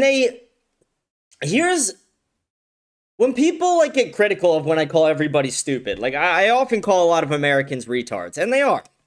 We have to call it what it is. It doesn't help anybody to lie. It doesn't help anybody for me to be like, yo, you're all super smart. No, you're not. Like, half of the people out there in America, more than half, the majority, they're fucking retards. We got to be honest. And they count on that. That's what you have to realize, is they count on you guys being retards. They count on all of us being stupid. Because they lie so much, because they flip-flop so much, because they say one thing to Tucker and then another thing to someone else, they count on you being retarded enough to not realize it. When Caroline Leavitt tweets out that there's no threat to the United States from Iran, and then 2 days later tweets out that there was a threat to Iran when she's shitting on Joe Kent, that's because she's counting on your stupid. When they post an article saying we set them back 10 years, and if you question it, you're a Democrat plant, and then less than 10 months later, we're back to bombing them, they count on you forgetting because they think you're fucking stupid. That's why I say raise your IQ. That's why I say become smarter. That's why I say ascend. It's not so I could fucking converse with you. I don't give a shit about you. No offense, but it's like I don't even know most of the people who watch my show. I don't know most of the people out there in the world. My point is, if you want to stop falling for the propaganda, you have to learn to be smarter. You have to learn to see it. Like the Matrix, you have to see it all right in front of you. And if you can't, you're fucked. You're going to die. Not you're going to die, literally. I was more speaking in like Matrix terms of like nobody beat an agent until somebody was able to see the actual Matrix and then they beat agents. That's kind of what I'm saying. You're not going to die if you don't become smart, but maybe. I'm surprised some people are actually alive with how fucking stupid they are. I'm not going to lie about that. Whereas, being in my mid to late 20s, being very frustrated with a lot of the Vietnam veterans who did not speak up against. I know some did, but especially Vietnam veterans who stayed in service as I had intended to do, who stayed in service and who advocated for the Iraq War. Colin Powell is someone who I have a lot of respect for the way he fought in Vietnam, his leadership in Desert Storm. But then the way that he was part of lying to get us into the Iraq War and then staying on and continuing those lies, knowing full well, having all the experiences of being a guy on the ground in a feudal war that was, basically we were deployed to under false pretenses. He had all that knowledge, and because he wanted to be loyal to, I think, the president, and I think he wanted to be loyal to what he felt was the government that would eventually get it right, he didn't step out and say, we shouldn't be doing this. And I just remember reflecting on that. And, I said to myself at the time, and this might seem, silly and idealistic, but said to myself at the time, if it's ever my turn, if it's ever my generation's turn, I'm going to do everything that I can to make sure this doesn't happen to the next generation. So a real breaking point for me, I did the best I could for a couple weeks as this war started from the inside to try and find, off ramps, to try and provide information, to see what I could do from the inside. But watching the casualties roll in, and I don't want to use anyone's, loss as a political talking point, but for me personally, watching more casualties come in, I just couldn't stand by as both a veteran and then, as a Gold Star husband and say, like, I'm just going to continue to soldier on in this. It's time to try something different. I know this path that we're on, it doesn't work. I've seen enough data. It's time to do something different. How hard a decision was it? It became really clear to me. I cannot take Tucker seriously when it's like, no, part of it. Like, what is that voice? What is that voice? Like, seriously, what is that fucking voice? Holy shit. Can Tucker just be a normal human being for once? Is it that hard to just be normal? Over the weekend, this past weekend, that our message just wasn't getting through. And I was like, I know what happens if I stay. If I stay. Someone on Kick asks if I use peptides. No, I don't. I'm all natural, baby. All natural. And I go along with this. I'm going to be, knee deep in it. Saying that someone also just said this war is 100% a misdirect from the Epstein files. Okay, let me cue you in, dumbass. Let me cue you in real quick. Whether Epstein ever existed or not, this war was going to happen. Sure, it is distracting a little bit from the files, but what does it fucking matter? They're withholding 3 million files. It's not like we're getting them anyway. Who gives a shit? It's not who gives a shit. I guess I care a little bit. But my point is, this would have happened no matter what. Whether Epstein was born or not, this was going to fucking happen. They've been calling for this war for 30 fucking years. Since Epstein was a kid in diapers, they've been calling for this fucking...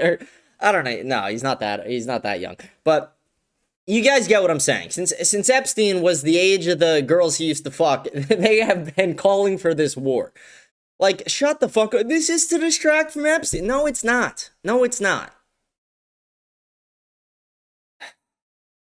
This is what I'm talking about when I say just get a little smarter. Like, I'm begging people, just please, just fucking read. Like, if you don't have time to read a book, pick out specific chapters and read them in the book. Like, it's that easy. You don't have to read the book cover to cover. Just pick out the important chapters and read it.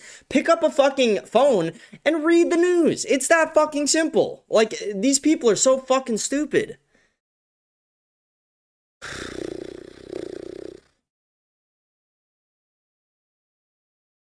Like, I'm gonna fucking kill myself. I'm just gonna do it. What is there to live for? Like, seriously. Trying to just chip away and make a difference. But my ability to have, my voice heard, to present data that runs contrary to the trajectory and the agenda that the administration's on, that's going to be squashed before it even really reaches the White House. And so I knew I had kind of hit my limit of effectiveness in that. That's the thing. You don't even realize this war was promised to them 2,000 years ago. You just, like, this war was promised to them by God. Did you not read Genesis 1:6 where it says Israel has every right to bomb Iran with the United States funding it? It's in there. Capacity. So really, it should have been a hard decision, but for me, it was crystal clear. It was like, number one, I can't be a part of this in good conscience, and I need to do everything I can to actually speak out about it and speak out in a way that I hope resonates with the president and with some of my former colleagues. I understand they might be mad at me. They're getting hard questions from the media, but I really want them, as we descend even further into this war, I really hope that they take the time to reflect and to realize that we still have time to get us out of this. And then also for the 77 million people who voted for President Trump, who voted for no new wars, who voted for the foreign policy that President Trump enacted in his first administration, the foreign policy that I described. I mean, President Trump's first foreign policy, the one that he ran on, the one that he destroyed the Republican neocon establishment on, was incredibly pragmatic. We're not saying, you have to be some kind of a pacifist. We are saying, though, that you have to be very, very deliberate and judicious in how you use force, and you also have to use the full scope of the American toolbox. You use diplomacy, you use our economic leverage. And again, this isn't something that I came up with. President Trump came up with this. President Trump enacted this. And this is why 77 million people voted for him. It's probably not the only reason, but the No New Wars, put America first, don't let us bleed out in the Middle East. That's what people voted for. And that's what I think you campaigned for. And I think that's something he could get us back to if he just takes a look and assesses how we got to where we are right now. I want to get to that in a minute, your solution. And, I just want to be transparent about my motives. Not in this to attack anybody. Right. I'm concerned to the point of agitation about where this is going and its effects on the United States. I hope I'm wrong, but I believe it, and I think you do too. No, I'm not Hassan Piker. She doesn't even have a collar on. She's got like a neck scarf on. I think this is the most serious thing that's happened in my lifetime. So I want to fix it, and I don't want it to happen again.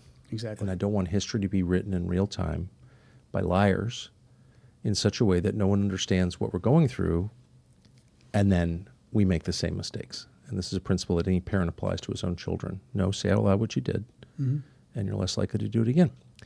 So, but before I say any of that, I just want to pause just on your personal experience. And I know you hate talking about this. I'm not going to make you uncomfortable by pushing too much, but you feel it. I feel it as an observer, such sadness for the men who've been used, including you.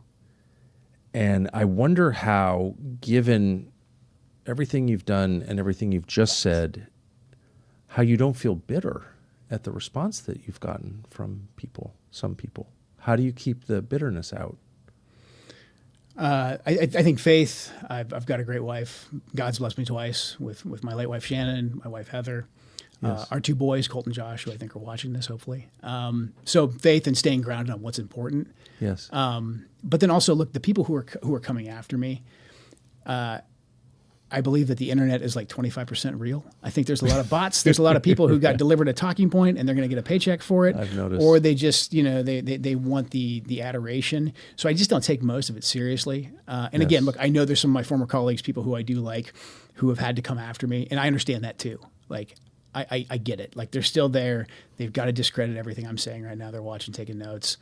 So I'm not bitter about that. I literally just want to focus on the task at hand, and the task at hand is stopping us from getting deeper into this quagmire. Because again, like just looking back on my experiences in Iraq, I don't feel like this happened.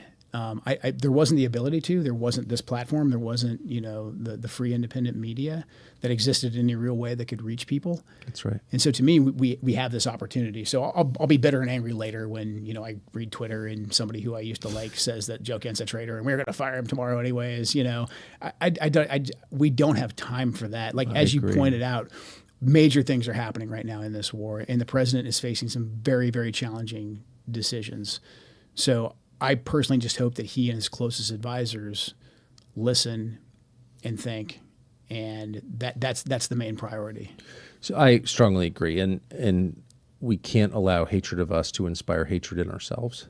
You can't become a hater; it'll destroy you. It's what they want. So I salute you for avoiding that, and it's absolutely real. I spent a lot of time with you, and you're not a hater at all. You don't even seem that bothered. So that's incredible, given where you are. It's amazing. It's an act of faith, and I love it. End of the history portion of the segment, but I just think it's important to establish why you said first the war in Iraq, second the conflict in Syria, which took the life of your wife. Why both of those were driven by Israel? Well, the war in Syria never would have happened without the war in Iraq. I mean, so had we not gone in and invaded Iraq, we wouldn't have had the conflict in Syria. But Syria was always a major problem under Assad for the Israelis, both under his father and under the Bashar al-Assad, Hafez Bashir, because of their support, the relationship with the Iranians, their support for Hezbollah. Right. Makes sense. Yep. And so they wanted to get rid of Assad as well. They saw Iraq as a vehicle for not just taking down Saddam Hussein, who posed a threat to them as well, but also as a way, a lily pad, if you will, to get rid of Syria. And basically... So Assad must go, which was a slogan that all of a sudden emerged out of nowhere. Right. That was not like an organic American desire. It wasn't like Americans woke up and were like, the problem really is this ophthalmologist from Syria. He must go.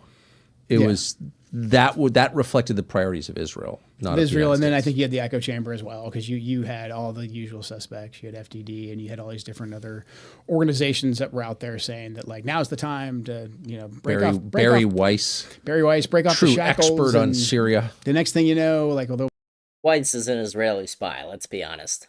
We got Syrian Thomas Jefferson that'll take over, and instead we got the former leader of al-Qaeda.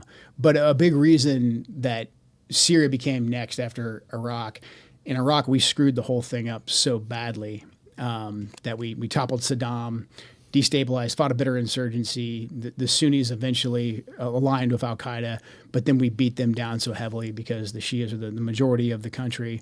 The Shias took over. Shias largely, the Shias that we installed in Iraq, the Dawa Party, Badr, Skiri, etc., heavily aligned with Iran. And so at the end of the Iraq war under Obama, there was this whole like, oh crap, we just handed basically the keys to Baghdad to the Iranians, who, again, hostile to us. Qasem Soleimani is running all over the place, funding proxies.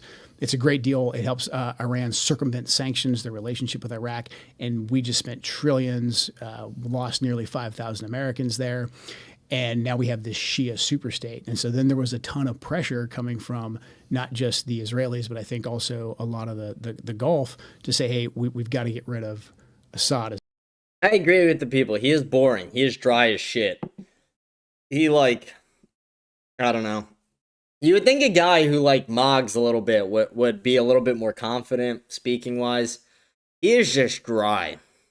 As well, because now you have this Iranian land bridge that goes basically from Damascus all the way to Tehran, and then you can hook that down into the Lebanese area where Hezbollah is. Yeah, southern Lebanon. So next thing you know, well, if you want to get rid of the guy Assad, who's an Alawite, well, we got a country full of really angry Sunnis, and what are those guys going to turn into? And so next thing you know, we're now on the side of ISIS and Al-Qaeda. ISIS gets out of control, and we have to deploy back to Iraq, back to Syria, to put out essentially the brush fire that we created. And so that's why I put all of those together.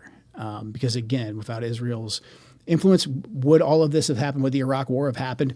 Maybe, but they heavily lobbied for it. I mean, Benjamin Netanyahu, you can pull up tapes on YouTube. He testified. The guy was lobbying heavily back in 2002 for us to do regime change in Iraq. And he has stayed in power ever since. Ariel Sharon, who initially was the PM in the lead up to the Iraq war, initially was against it because he wanted us to focus on Iran. But then towards the end, he got on board as well. But the Likud party that's in power and has been driving Israeli politics now for most of my adult life, they were heavily in favor of the regime change war in Iraq, which again led to Shia domination, led to the rise of ISIS, led to the rise of Al-Qaeda, and then heavily fueled the Syrian civil war. So again, this country, Israel, who they can be a good partner in some regards. I'm not anti-Israeli. I've worked with the Israelis. Again, very competent intelligence service, very wonderful people, but they have different objectives than we do. So to put them in the driver's seat of our foreign policy and to let them dictate our foreign policy is a disservice to the American people. Well, I think, But didn't you call Nick Fuentes an anti-Semite for saying that, you piece of shit? What? I'm pretty sure that's what Nick said. And then he called him an anti-Semite. He denounced him. No, I think you're understating the effect. Disservice suggests an inconvenience. It's dangerous, yeah. Now we're looking at bankruptcy and death and collapse of the dollar and lots. And I'm not blaming Israel. By the way, I'm not blaming Israel for any of it. I'm blaming supine American leadership that takes this. Right. Don't understand it at all. And that kind of leads to the most uncomfortable question of all, and I don't know if you can answer it. Yeah, someone in the chat's talking about the dollar crashing out. The sad thing about that to me is if we really want to raise the birth rate and we really wanted to get women out of politics and things like that, one of the best solutions would be this, but you'd have to fix the dollar first, or at least restore some value back to it, make the United States a financially viable country. But if we paid women to, like, from 18 on to not work, they didn't vote, they didn't pay taxes on what we paid them either. And we allowed them to work, but if they worked, they wouldn't get the salary. But if we paid them a salary of $30K a year, women 18 and over, and then when they get married, you double it to $60K, and then every kid after that, you give them $20K more. Like, I mean, that's almost $150,000, or it's like $140,000 tax free if you're a married woman with 4 kids. And that would be awesome for the country. That would be really good for the country. But we'll never get to anything like that because the dollar's not worth shit. And it would get women out of politics, out of the workforce, raise salaries for men. Like, a lot of good things would come from it. But you would need to restore value back to the dollar first. We'll never get that. I don't think I can answer it. But since all of these dynamics are very well known to everyone in Washington, everyone who pretends this is not real, the Tom Cottons of the world, Lindsey Grahams or whatever, the liars, everybody knows. Everybody knows. Pro-Israel people know, anti-Israel people know that what you're saying is true. I don't think there's any debate about any of it. So since it was clear that we were being pushed by the Netanyahu government into this war, that they were choosing the timing, they chose the timing, right? I mean, yeah, I'll take Marco Rubio's word for it. I'll take Marco Rubio's word for it. I wouldn't believe Marco Rubio was it on anything. ever discussed the option that you mentioned at the beginning? Like, how about no? Not that I know of. Okay, so then you have to ask, I'm just following the logic train here. What kind of pressure does it require to get a president who campaigned against exactly this thing for 10 years to do exactly this thing? What does it take to do that? Christian, if you don't join the fucking Telegram, I will smack. Like, what the fuck? You've been watching the show for like 6 months and you're asking, when is Ceci coming on? I fucking put it in the Telegram. She'll be on tomorrow. Put your dick back in your pants. She'll be on the show tomorrow. Don't worry. I wish I knew definitively. I think there's two potentials, there's two schools of thought. I mean, one is the media echo chamber, the donors, the way the Israelis come in and kind of launder the information like I described previously. And then the other option is much darker. I mean, we still don't know what happened in Butler. We don't know what happened with Charlie Kirk. And by no means am I saying like, the Israelis did this or any of that, but I'm saying there's a lot of unanswered questions there. And there is enough data to at least say that there's a good chance that President Trump feels like he is under threat. We're not allowed to ask, basically, was there any linkage between what took place with Asif Merchant, who was recruited by the Iranians to come to America to recruit proxies to kill President Trump. The FBI put a confidential human source at him. All this is public now. This is all out there in the open. And he's arrested, and then 2 days later, a sniper takes a shot at President Trump. We think Merchant and we know the CHS was talking about the human source that the FBI put at Merchant. They were talking about, hey, we could kill the president potentially with a sniper rifle. But then they arrest him. 2 days later, Butler happens. And Crooks, according to the official narrative anyways, is an enigma. We don't know anything about him. We can't get into his devices. If we did get into his devices, maybe there's nothing there. No more questions are allowed to be asked about Thomas Crooks. The DHS IG is... Yeah, someone just said exactly what I was thinking. They are trying to out-whisper each other. Literally exactly. Like, it's so fucking weird. Why are they both talking so soft? Like, what is going on? Like, why is this interview so fucking odd? How hard is it to just conduct a normal interview where you don't act like a fucking weirdo, where you guys actually just speak and have a conversation? Not that this. Like, what the fuck is that? Currently being blocked from investigating Butler as well. That's out in the media. That's all well known. Your investigative journalists found that Crooks did indeed have an online persona, quite an online extensive footprint, one. And he was talking to people. So it's like, why aren't we investigating this? I mean, if an attempted murder of a presidential candidate, and then there's another assassination attempt. There's been multiple public breaches of President Trump's security over the last year. And then, Charlie Kirk is killed publicly in a very horrific way, and we're not really even allowed to look into that at all. And Charlie Kirk was one of President Trump's closest advisors And he also advocated heavily against a war with Iran. He was in the Oval Office in the lead up to the 12-day war. I wasn't particularly. See, that's the most interesting thing he said in this entire thing to me. Like, everything else he said has just been shit that we've been repeating for a very long time. Everything he's been saying. But that's weird that he would say that they're not allowed to look into Charlie's murder. That's weird that he would say that. That's odd to me. Really close with Charlie. He was very gracious to me when I was running for Congress, very, very supportive. So we knew each other. And the last time I saw Charlie Kirk on this earth was in June in the West Wing. I saw that. Someone goes, they asked about his murder. Yeah, that was embarrassing. They go, "Hey, Trump, how you holding up?" And he goes, I think I'm doing all right, but did you guys see the construction going on over there on the ballroom? It's like, you sick piece of shit. Like, this guy got you elected. You fucking cunt. Like, Trump really was. That was Trump's cuntiest moment, possibly. We got another super chat from CC Red. Let's go. CCW. They both have to whisper sweet nothings to us, or else we'd hear them and realize that they're both strategically pretending to be retarded and running schemes. Yeah, I think this entire thing is very odd. I don't like this interview so far. I mean, it's very clear they're trying to contain the real message. Someone goes, Trump is top cunt. Yeah, Trump is a huge... I wouldn't say he's the top cunt, though. I mean, if I had to list the 5 biggest cunts in politics right now, in America, because I could easily say, like, Netanyahu. Let's just do in America alone. In America. I would probably put Ben Shapiro number 1. I would put Trump 2. I would put Laura Loomer 3. Easy. Mark Levin 4. And 5. See, I'm going to do 6, because there are 6 who earned it. 7, actually. 7. We're going to do 7.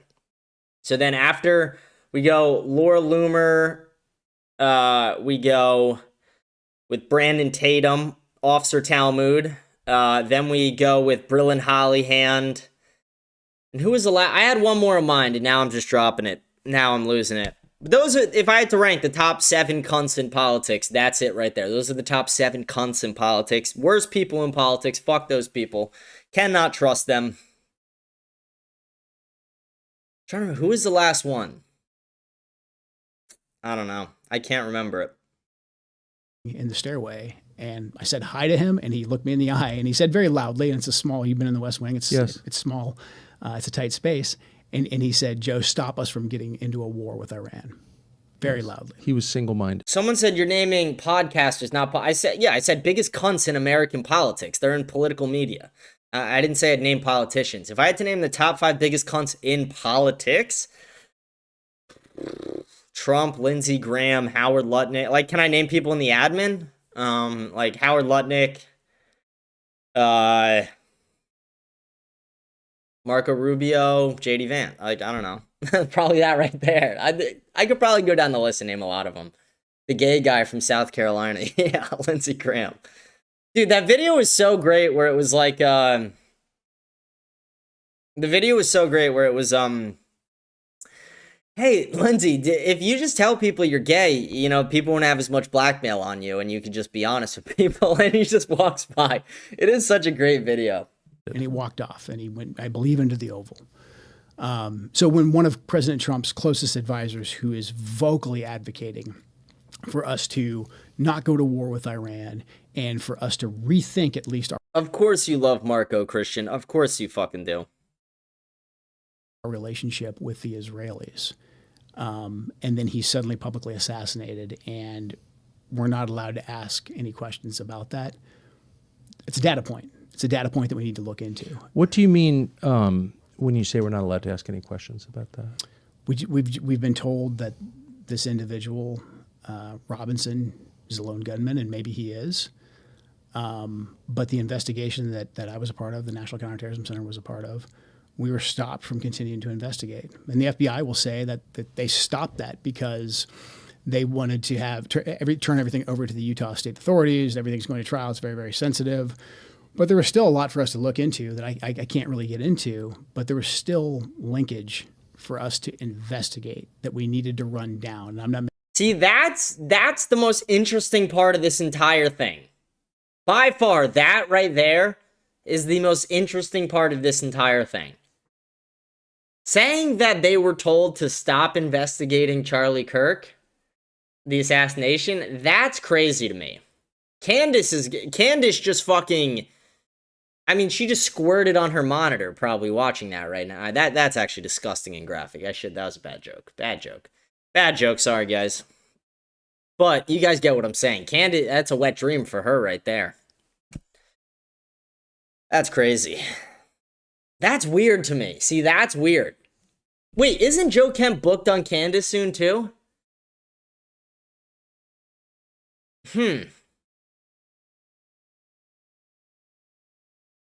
That's odd to me.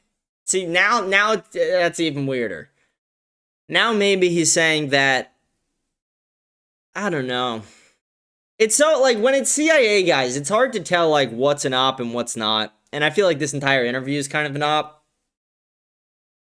I'm now envisioning squirting all over her 27-inch LED monitor onto this Tucker Cast play.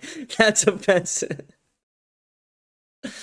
Christian goes, he is lying. Christian, do you have some insider info that we don't have? Like, shut up. You don't know shit. Kent is... Why is it cut off on my screen? Kent is going to get canned by the FBI. Cash wanted him to forget about... Dude, Cash is such a worthless pussy. Like, it's embarrassing that we have Ajit as the head of the FBI already, but the fact that, like, this guy, his Rogan appearance was disgusting and embarrassing, and, like, him being like, no, he definitely killed himself. That was crazy.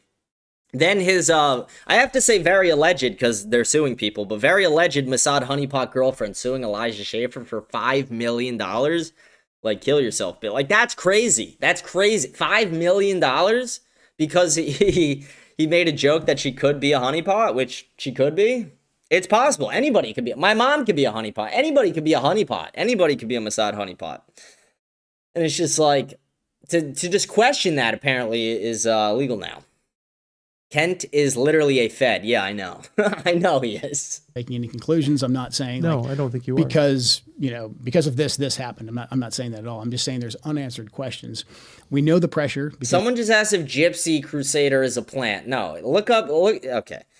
Go learn the lore. Like, look up Paul Miller, figure out what happened to him and what made him this way. He is literally the Joker. Like, because of the text messages that have been made public, that Charlie was under a lot of pressure from a lot of pro-Israel donors. And again, we know Charlie was advocating to President Trump against this war with Iran. And we knew at the end of the 12-day war, at the end of Midnight Hammer, that the Israelis were going to come back and ask us to go back to war again. Right. So we have a lot of data points between Butler, the assassination attempts against President Trump, the breaches of his security, what happened to Charlie Kirk. Can I just ask you to pause on the Charlie Kirk because it upsets me me too. hear what you're saying, to be reminded that he was murdered, but also to hear you confirm what was reported in the media several months ago, that your office had been blocked from investigating his murder. That does not make sense to me. I don't understand why you would ever turn down help in an investigation from a U.S. agency with a lot of experience in gathering intelligence on things. That's your job. The FBI will say, and the DOJ will say, that because it's an ongoing case, it's a Utah State case, that back off, they've got it. They've got a smoking case. They've got the fingerprints on the... I will say, I don't like to delve into the Charlie Kirk conspiracy theories. I really don't. And I think Candace is a retard. I've been clear about that. But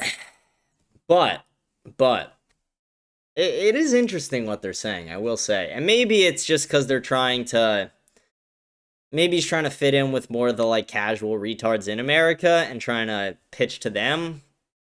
But I don't know. It's a weird thing. It's a weird thing for that to be dropped in this interview. The timing is very suspicious, and I don't know. It's weird. It's just really, I gotta think about it. It's weird. I was gonna say something else, but I gotta think about this more for a second. A gun, and they've got the kit. But the FBI was involved in the case. The FBI was involved. The FBI's basically said that they're deferring to Utah because it's now a Okay, state but case. they've established a precedent for federal investigation of this crime. Yeah, and the National Counterterrorism Center's mandate is to investigate any foreign ties to see if there's potentially any foreign ties. If we don't find any foreign ties, we back off. What I'm saying, without getting into too much detail, is there was more for us to investigate. You believe there was reason to investigate foreign ties to Charlie Kirk's murder and were told by the FBI, DOJ? FBI and DOJ, yeah. No, you're not allowed to investigate that. Stop. It's done. They basically cut off our access to be able to get into that. What I will say, though, is that this trial should be more public than the OJ trial. I do believe that. I do believe that this trial and all of its evidence should be as public, if not more, than the OJ trial was. And look, I didn't even say necessarily that I believe there's 100% foreign ties. There were data points that we needed to investigate. I mean, I think anybody who's even, looked at any kind of police investigation, you get 100 leads, you run them down, and 99 don't mean anything. We still had a lot more leads to run down that pertained to some kind of a foreign nexus that we were stopped from investigating. And, that just strikes me as inconceivable that could happen.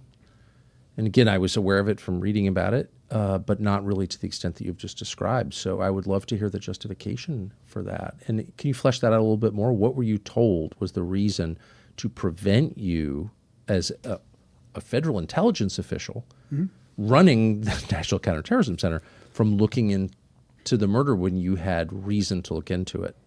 Well, the way the bureaucracy works is they can just kill things in process.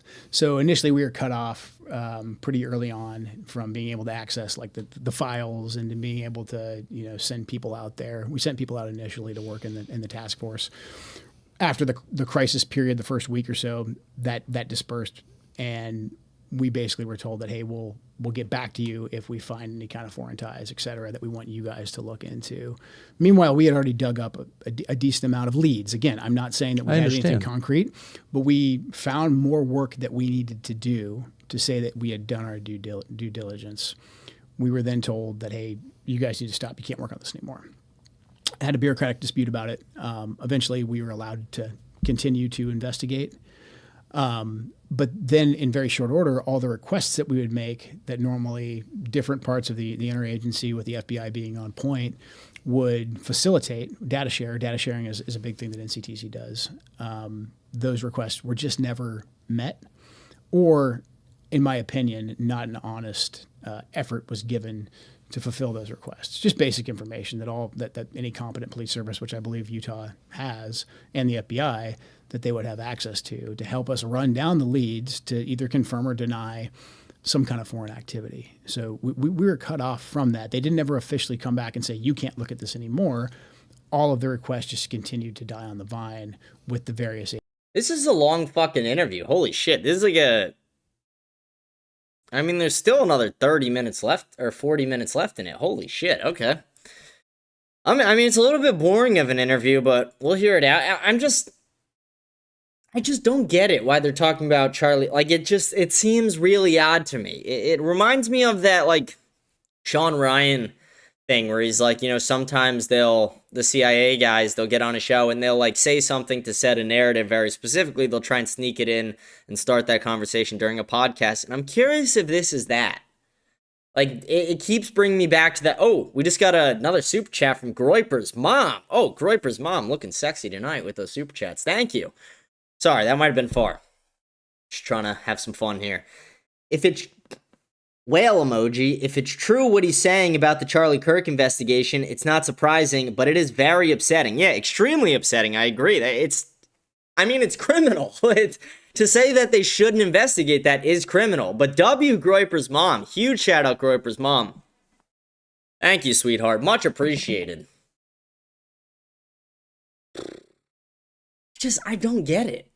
I really don't. I just don't get. Like I said, it keeps bringing me back to that Sean Ryan thing where they're like, sometimes they'll slip these things in to try and start that alternative conversation. And it's like, is that what's happening right now?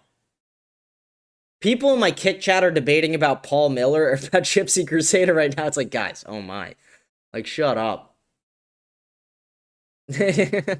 Groiper's mom just goes, can't let you donation mog me, CC Red. That's crazy. That's crazy. Agencies that we needed to actually fulfill those requests.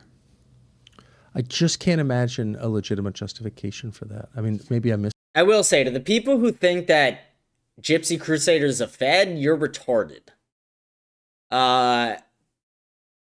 Yeah, I mean, like, I don't even have to, I was going to elaborate more, but no, I think you guys get it. You're retarded if that's your thought process. That's crazy. Yeah, guys, Gypsy Crusader is secretly a Fed. Something, but from a non-specialist perspective, something horrible has happened. The U.S. government, its core function is to investigate crime, particularly murder. Here you have an agency whose job it is to run down the rabbit trails you've described, and you're stopped from doing that. We don't want the information. Right. Why would any person engaged in a legitimate pursuit say, I don't want more information? I mean, especially considering there was people posting online prior knowledge of what was about to happen. So a lot of the justification for stopping us from investigating hung on, hey, we've got the guy, his fingerprints are on the gun. We got video of him jumping off the roof. Like, this is a slam dunk case. Okay, even if it is a slam dunk case that he took the shot, what about all the people who had prior knowledge? You know, all this, the basic investigative questions of like, how did he get there? You map it out. You know, nothing. This isn't rocket science. I mean, this is anything that anyone with common sense would know to ask. But basically, once they caught him, once he turned himself in, and his fingerprints were on the gun, it was basically pencils down. Utah has the rest of it. There's nothing else to see here. And, you know, I'm over there thinking I'm in Crazy Town saying, like, no, we have all these different leads that we need to run down. Just from my perspective. Now, the people who had prior knowledge, I believe most of them were American citizens, so that would be on the FBI to go run down. But again, not without saying anything specific, there was more work for us to do on the potential of a foreign nexus. Again, not. Tucker's line of questioning is what's throwing me off a bit as well, because I like I said, I go back to what I said about Sean Ryan a second ago, where they try and, you know, CIA guys will try and slip something in to set a narrative or whatever. If Tucker was serious about wanting to know more about this, he would be a lot more specific with his questions. His questions are super vague, and his questions are not really, they're not really digging for anything. They're just kind of re-highlighting what he already said. And just basically being like, oh, I'm shocked about that. Instead of saying, like, even if Joe Kent's not going to disclose it, why not say, like, okay, was the country you were going to investigate Israel? Was the country you were going to investigate Iran? Was the country you're going to investigate this country? Like, why isn't he pressing harder on those certain questions? Unless this is a controlled question here, a controlled line here. Like, I don't know. It's very odd to me. Someone says I'm cursing too much, man. Yeah, I curse a lot. I know. Here's the thing. I have ADHD out the ass. I talk 10 times faster than I think. And I don't filter myself at all. I don't care to. You know what I mean? It's fucking annoying to filter yourself. I don't want to have to think about everything I say before I say it. I just want to speak. I'm here to do a show. I'm here to entertain the people. My show's half comedy, half politics. You guys, you know, to the newer people, you may not get it, but to the people who've been here a while, you guys know what's up. Saying there is one, but we had more work to do, and we were blocked from. Is that how I came up with the name of the show, America Unfiltered? Yeah, that's how I came up. Actually, when I started it, I wasn't even unfiltered. When I quit, I'll do a quick story, and I don't want to distract from. I want to get back to the interview. But quick story. When I started it, I was not unfiltered at all, because I was nervous of, like, my family saying shit. My family fucking does not like that I do this, but I was nervous of what they were gonna say about it. Blah blah blah. And then eventually, like, I would just, like, talk about things that weren't even bad. I would say, like, blacks commit too many crimes, and I'd get a call and they'd be like, that's racist, you can't say that. And I'd be like, that's not fucking racist. But if you're gonna say I'm a racist for saying that, I might as well just say the real shit. Might as well talk about all the problems with black people. And then same thing, I'm like, Israel's committing a genocide, and then they're like, that's anti-Semitic. I'm like, if you're gonna call me an anti-Semite for that, I might as well just talk about organized Jewry and talk about the real problem. And it just went from there. And eventually, like, a few months into my show, I stopped giving a shit, and I was like, you know what, we're just gonna fucking pound the pavement. We're gonna go hard as fuck. We're not going to care anymore. Like, who cares what people call you, you know? I can't. My heart is pounding. Listen to this. I can't. My heart is pounding. Like, dude, come on. Then why are you talking so softly? Why are you talking like a pussy? Like, I mean, I just would want people listening to this to assess two things. One, are you over your skis? Are you making claims you can't prove? No. Two, is there any conceivable motive dark motive that you would have for wanting to know more about this murder, to wanting to investigate it. And I don't think any rational person could construct a bad motive for wanting to know. It's your job. Yeah. It's the government's job. And so I think the onus is on people who are preventing the collection of information to describe why they're doing that. That's the question for them. Why wouldn't you want to know? Specifically, you may not know the answer, of the people who demonstrated prior knowledge of Charlie Kirk's murder online, and there were a number of them, are you satisfied that all of them were interviewed by the FBI in person? I have no idea. I don't know. I just think, considering they knew Charlie was going to be assassinated, and there was enough of them that it wasn't just some rando who maybe he tags every TPUSA post with that. There was enough of them that there's something there. I don't know what that something is. Well, by definition. But we haven't seen any arrests. So to me, there's more work to be done. And because that could have been posted from anywhere, that would be in the purview of the FBI or NCTC, or if they're overseas. And to me, I personally did not see any effort being taken to continue to run that down. Now, I'm sure they will say, hey, we're open to anything. We'll continue to investigate. But, we're coming up on several months now. Why hasn't this been done? Are you bothered by it? I'm very bothered by it. I'm very bothered by it. Like I personally did not know Charlie well, but Charlie Kirk is a generational figure. I mean, he led a movement. He was speaking to millions of young Americans. I could be wrong, but didn't he say earlier that he did know Charlie Kirk well? Maybe not. Maybe I misheard it earlier, but I thought he said that, so that's weird. Who came out and who voted for President Trump. And he was just a genuine great man, husband, father. I mean, how can you not like Charlie Kirk? But also the fact that he was murdered so publicly. And yes, there's been a lot of sympathy, and his movement has grown, et cetera. But actual curiosity about getting to justice, to figuring out what happened, that makes me furious that we're being blocked from that, and that we're not allowed to ask the question anymore. We're just not allowed to talk about it anymore. And I think that's absolute insanity. And what does that mean? What does that mean that there are people and there's entities out there that don't want us looking into this? And I'm sure they're preparing the response right now, and they're saying that's because we don't want to screw up the Robinson trial. Like, okay, if the Robinson trial is so slam dunk, then don't worry about it. He's got his fingerprints on the rifle, et cetera. But there was people publicly posting they had prior knowledge of this. And I'm here telling you, as someone who's involved in the investigation, there was more stones for us to overturn. And every time we asked, we were blocked. And then they, leaked to New York Times. We had a blow up, and we had to throw them out of the room because they're crazy, et cetera. So it's incredibly frustrating that there's not more, especially considering how pivotal Charlie was to the MAGA movement and to President Trump, that there hasn't been a more concerted effort to find the truth and to find justice. Do you think there will be? I pray there is. I hope this helps. I know, you and I will probably take some flack for it. I don't know why, and I doubt I'll be. Yeah, it's at a certain point. I've really tried not to say anything about it because I don't know the answers, but I want them to be found because I believe in justice and because I love Charlie. And but I think everything you have said. Apparently, some black guy in my kick chat's mad that I talk about black crime. I don't give a shit. The average IQ of black people is 85. He'll forget about it in 2 minutes. Who gives a shit? He'll forget it. Don't worry. He'll smoke a blunt, or his IQ will set in. One of the two will set in pretty quickly, and he'll forget. Maybe dismissed as crazy or evil. But tell me how. Right. With reference to the words you've just spoken, I don't see how someone could level a legitimate attack on you. It won't stop them. You mentioned the breaches of the president's security that have been reported. One that was reported, and I can't say whether it's true. I'm only asking to see if you know that it is true.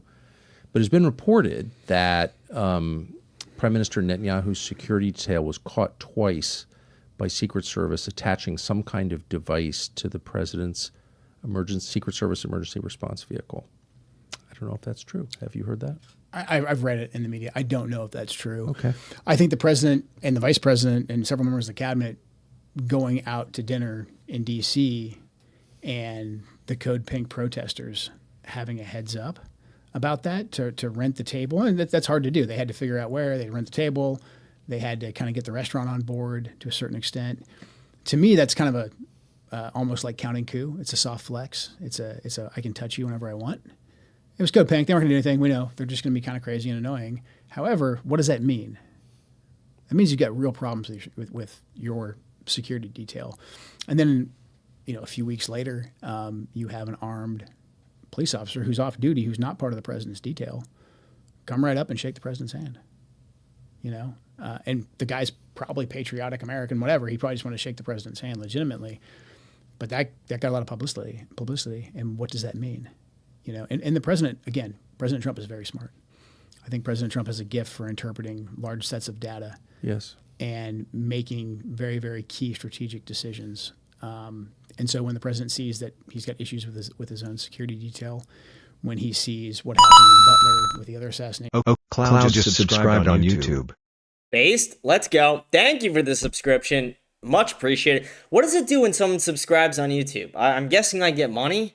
How much does it cost? Someone tell me what it costs to do a subscription on YouTube, because I don't think I even set that up. What are you guys paying to sub to me on YouTube? Just curious. Want to map this out a little bit. But thank you. Much appreciated. Huge shout out to you. Here, let me give you a quick. You earn one of these. Oh, yeah. Let's go.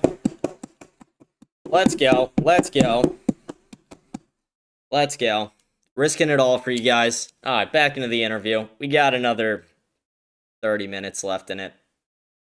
Attempts, when he sees what happened with Charlie, I think it's reasonable to believe that somewhere in his head he thinks that, like, maybe I don't have a choice. Maybe they could harm me or they could harm my family. And if they can't keep me safe, I believe the president deeply cares. I believe he's very courageous. I think if it was just a matter of he worried about his own physical safety, I don't think he cares. We saw that in Butler. But he does love his family, and he's got a big family. And so somewhere in his head, if they can't keep me safe, what about my family? It's free. So people are just subscribed. Wait. So is that just like a normal YouTube subscription, or is it like you're subscribing monthly? Okay, well, I'm not even, fuck it, I don't care. I'm not going to try and figure it out now. So, look, maybe the president was just simply deceived by the echo chamber we described, and that's how we got to this place. Yeah, no, CC, you're right. He says, I don't see any paid subscribing YouTube for it. Yeah, I'm verifying. We've had YouTube super chats for fucking weeks, and then right before they sent me my first payout, they're like, we need you to verify. And I'm like, okay, how do I verify? They're like, we need to mail something to you. It's like, kill yourself. Like, what? Mail it to me? What is this, 1974? Fucking just email me. Fuck you.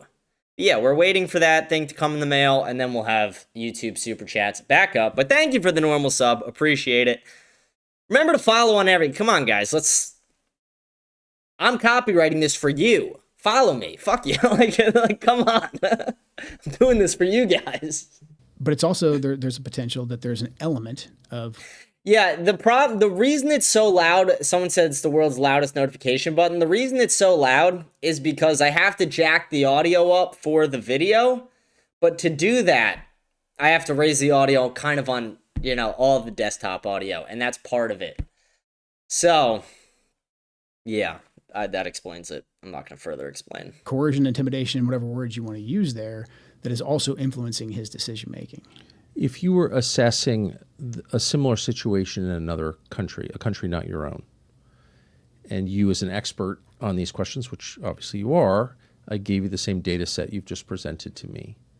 And I said, would you say that's just crazy even to bring that up as a possibility? Not at all. I mean, when you map out those data points, I would just say this moves from being a possibility to potentially, depending on how you look at it and interpret it, this could be a likelihood. It would be something that I'm sure that we would debate rigorously, but nobody would dismiss it altogether. With all this data, it's not nothing. It's something that has to be looked into. Yeah, Cece, I'm going to need you to help me out with that one. Is it being looked into? Again, I don't think it is. I think that with Butler, your investigative journalist found more about crooks than the entire government. And the response I received from the FBI was so hostile that it confused me, and it still does confuse me. Come on, dude. You can't take Tucker seriously when he gets all quiet like that. It's just so gay. It's like, dude, He talks like a rape victim. Like he's like crying and whimpering. It's like, relax. Like you're not getting raped. Just talk. No one's gonna rape you, Tucker. Like just talk. You are safe. This is a safe environment. Like what the? Why is he seriously talking like a rape victim talking to the police? Like no. Just talk. Just talk. Please. I'm begging you to just talk, Tucker. A lot. It confuses me a lot since I didn't approach the question with anything like that in mind. I mean, we put this documentary out. We got information, the information you described. We got a lot of his online activity, which we've been told didn't exist. And this was not an attack on the FBI. This was, of course, during the last administration with a different director. So this was hardly a partisan hit job. This is the president of the United States who I campaigned for and voted for and have liked for many years. So, like, it's not an attack. What debate are you talking about, Christian? And the response that I got was hysterical. Yep. That's not an overstatement. Yep. And it confuses me. Yeah. Have you had experiences like that?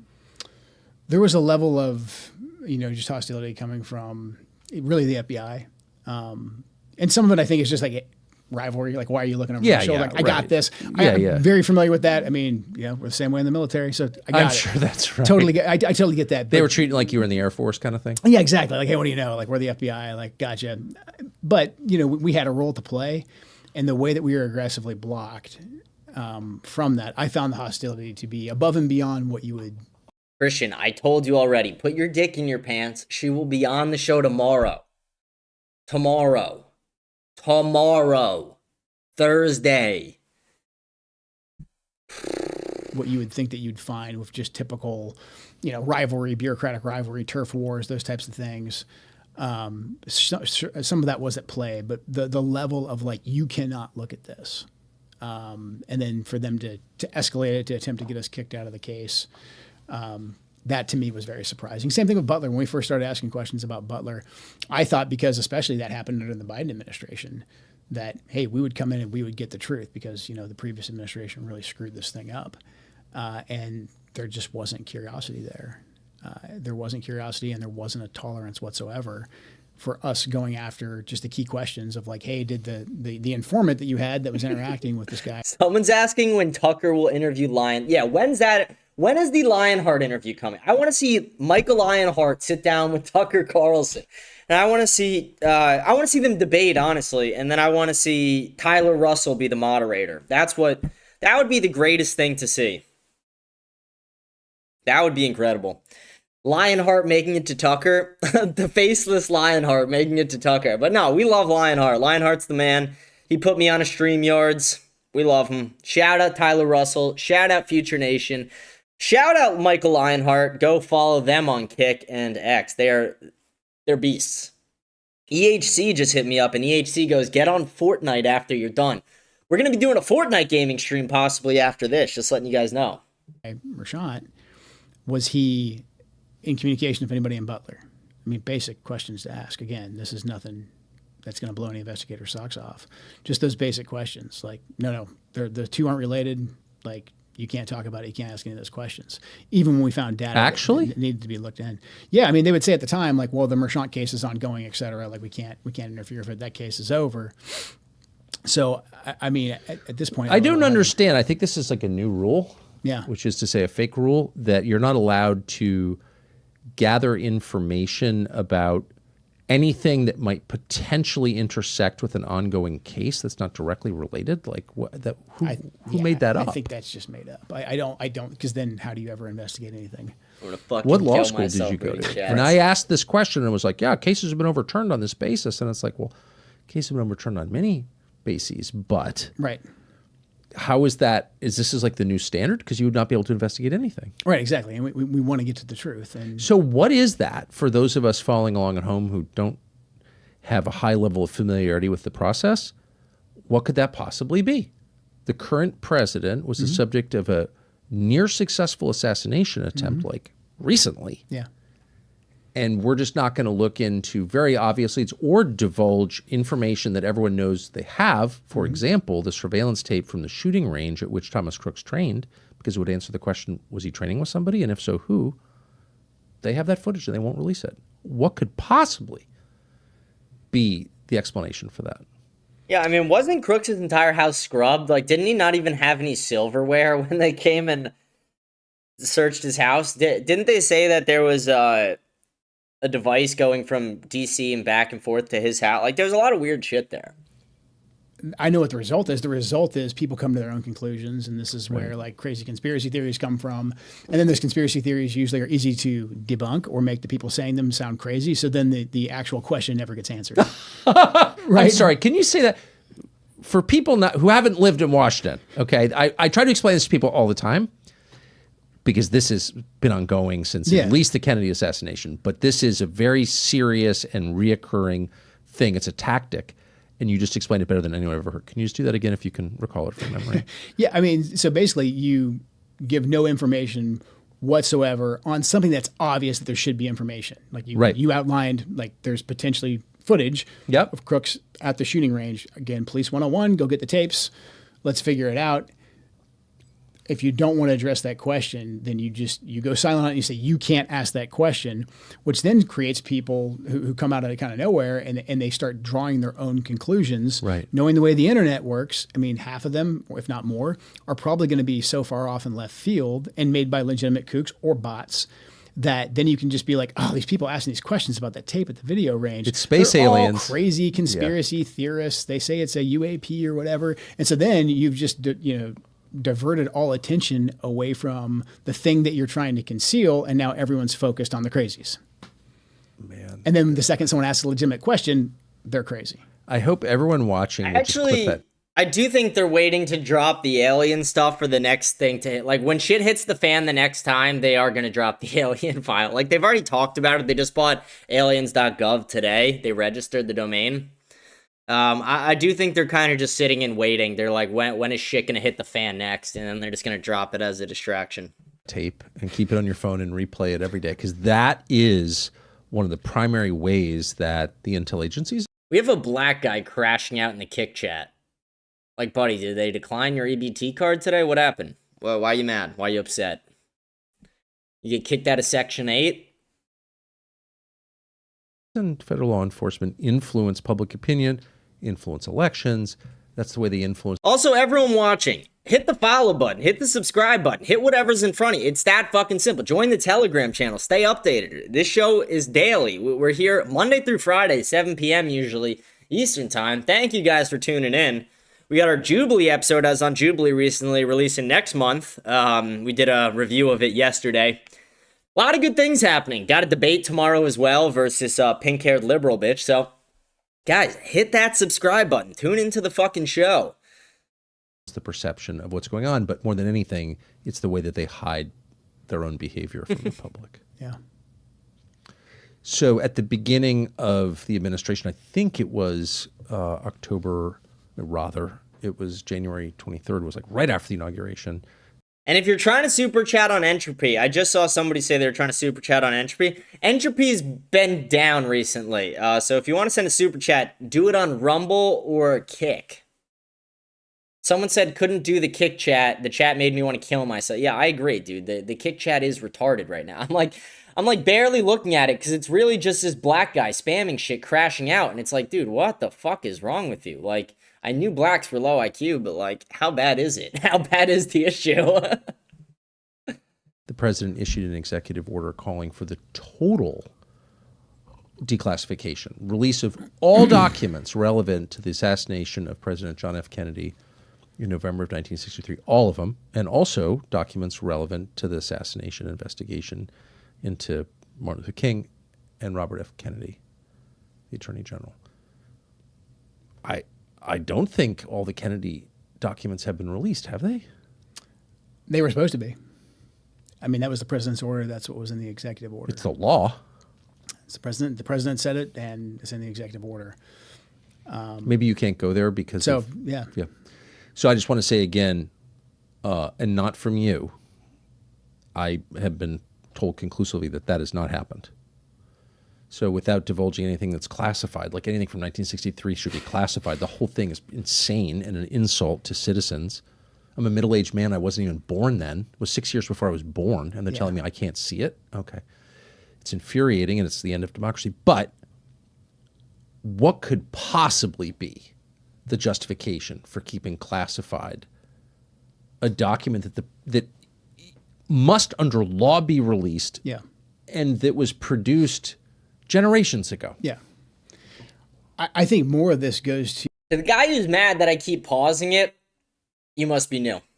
Let me explain something to you, retard. Let me explain it to you like the retard you are. The reason everybody else is not able to restream this and I am is because I keep pausing it and I keep tricking the algorithm. Like, this is not on anywhere but a paywall right now, except for here. Because I keep pausing it, because I keep fucking the algorithm with that. So again, suck my dick. You're welcome for restreaming this for you for free, brokey. Sorry you didn't have the $9 to access it on Tucker's paywall. Fuck you. To the deep state, the system, the machine, whatever you want to call it, they're not hiding something in the Kennedy files, in my opinion, because it's not like the assassins wrote down on this day we're going to kill JFK and they put it in a file at CIA or FBI. Right. Like, that didn't happen. So I don't really think there's anything that's in particularly, would be earth shattering inside the files themselves. The system doesn't want to get us used to things being rapidly declassified. They don't want a president to be able to come in and say, here's an executive order, and I said declassify it because the people demand it, and it happens like that as fast as it could happen. They don't want that to happen. They want to condition us that, like, okay, the president that the American people elected, he may have, come in and lawfully given us an order, but there's a process here. There's an interagency process. Everyone gets to check. $20 super chat on Rumble. Someone says, always happy to support. Let's go. Huge shout out. Thank you. Much appreciated. See guys, what a good day. What a good day so far. What a good day. What a good day. But yeah, to the guy who was bitching, it's like, you ungrateful bastard. Like, if I was your dad, I would beat you. I would fucking, I don't know. I was going to say I'd break this cup on your head. That feels aggressive. Maybe I'd just throw it at you or something. But it's like, you ungrateful swine. Like, I'm sitting here. I'm just going to copyright on my channel because you're broke. I pay for it. Do you? No, you don't. Because if you did, you would just be watching it on his fucking thing. Fuck you. Suck my dick. Like, seriously. Fuck people like that. Like, you ungrateful bitch. But huge shout out to the guy super chatting. Crypt Altair. Let's go. To make sure there's nothing still classified or still ongoing, even if it was from, 1963 or even further back. Because again, they don't want us conditioned to, we can just have access to this information. And I think there's probably times where someone says kick is for people with darker complexion. Yeah, my kick chat right now is literally, it's filled with blacks. I don't know. What did I do to deserve this? Like, seriously, did I do something wrong that God was like, you know what? We're going to fuck this guy's night up with a bunch of blacks in his live chat. We're going to send a bunch of half-developed people over to his live chat. Oh my God, what did I do to deserve this? What did I do? Like, seriously. This just feels like rape at a point. It does feel like rape. That would be appropriate, something declassifying something that happened last week, for instance. Sure. Yeah, there's going to be equities there, and I think the American people would understand that. I agree. But a lot of this, I think, is power. And so the bureaucracy, when the president says declassify this, regardless of what it is, from decades ago, they can't just let them have it. They all want to have their cuts on it. They want to be able to control it. And this is the way, like, the bureaucracy and the career bureaucrats roll. And they just tell the new political appointees, like, hey, we really can't do that. But we'll get us to a place that mostly will get you what you want eventually.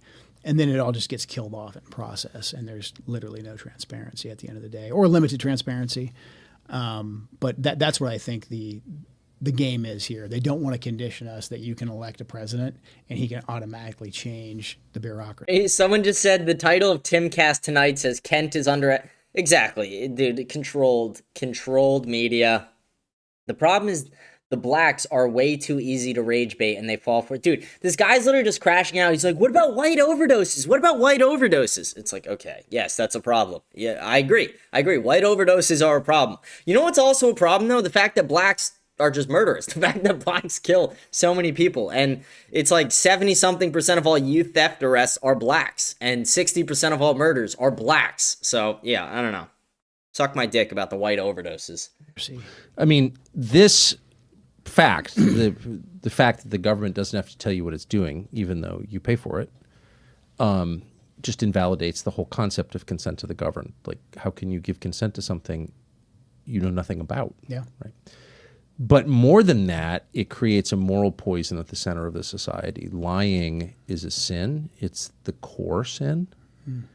And lies beget lies, and they, like cancer, destroy the body in which they live. Yeah. And if you care about the body, this country, if you're from here and you hope to live here and have grandchildren here, you have to fix that. And I really think that telling the truth, radically telling the truth, is the only thing that gets you there. And the pain that that entails, and it does entail pain, there's no doubt about it, and humiliation, is much smaller a price to pay than the price that we will pay inevitably and maybe soon if we don't do it. I don't think this is sustainable, this level of lying in any society. No, and if people don't think that their vote matters, that they can actually elect someone and change can be enacted, I think things go to a very, very dark place. Of course. And people lose faith in our system. That's right. And our system is based on that faith that, we get to have these elections. In theory, hopefully, you'd hope the elections are free and fair. We've got a lot of issues there as well. But when you finally get your person in office, that they're going to be able to control the government that the people pay for, that are supposed to be ran by the folks that they voted for. That chat gets me so hot when he whispers. That's crazy. That got me. That made me laugh. That's crazy. It is just so annoying. Like it's like, come on, just be a normal person, Tucker. Like these guys are a perfect match because they're both like CIA hacks kind of in a way, and they're both doing the same thing. Like they'll be like, they have no problem talking. They have no problem actually pronouncing their words and talking loudly. But then they'll fall back into this little whisper, and it's like, dude, what just happened? What just happened? They both do it, and it's like, holy shit, these guys should fucking marry each other. That they'll actually get their will implemented, or at least what's in the best interest for them implemented. That's right. And that's just not the case right now. No, it's not. So I want to end with a hopeful note. So we've been talking about this for 24 hours because I think that without even getting into it, anyone who's followed it carefully and is thinking clearly can see that the war with Iran is potentially like the end of a lot for the United States. Yeah. I mean, I don't think we could overstate the consequences of this. And I don't think I'm being hysterical. I've had 3 weeks to think about it. I've actually had 10 years to think about it because that's how long they've been pushing for it. So at this point, it feels like there's no way out.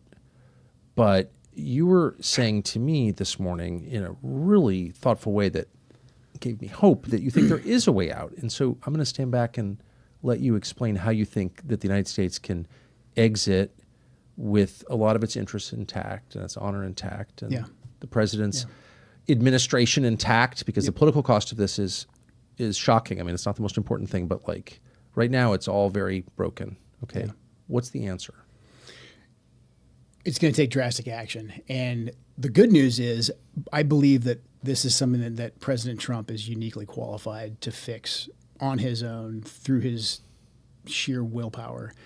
President Trump has an amazing ability. It's almost his superpower, I think, to be able to kind of breathe life into ideas. And again, he's sucking off the guy who literally called him scum. Like, dude, it's a humiliation ritual. Like, what these guys are just embarrassing.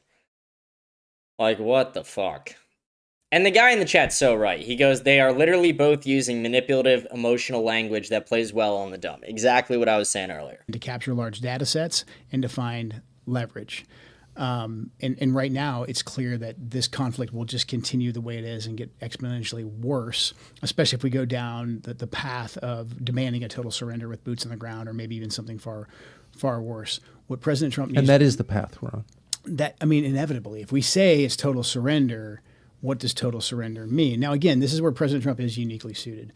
President Trump can define his own total surrender. He's in charge. I ended my letter with, you hold the cards, because President Trump truly does hold the cards. He's a very powerful, very respected leader. And what I think President Trump must do is number one, he has to address the main issue. The main issue is what the Israelis are doing. And he needs to very forcefully, and probably with a new team of diplomats, go to the Israelis and say, you're done. We will defend you. We will make sure that ballistic missiles aren't rained down upon you. However, you are done going on the offense, because this is our war. We're paying for it. We're bleeding for it. This is not your war. If you choose to continue this offensive operation, we're out. And as a matter of fact, if you choose to continue, we will start withdrawing features of your defense system so that you will be on your own. We have to say that to them, and we have to be very blunt, and we have to be very forceful. And I know a lot of people who like the Israelis are going to say, we can't do that. That's wrong. They're under fire, et cetera. But if we don't do that, if we don't address our relationship with the Israelis, even if we come up with a temporary ceasefire, we'll be right back in this same situation in very short order. So that's the first thing that President Trump must do, address the main issue. The main issue is how the Israelis are out of control and they are driving this entire war. Address that aggressively, get the Israelis to stop. How realistically, just having lived through this whole thing, how hard will that be?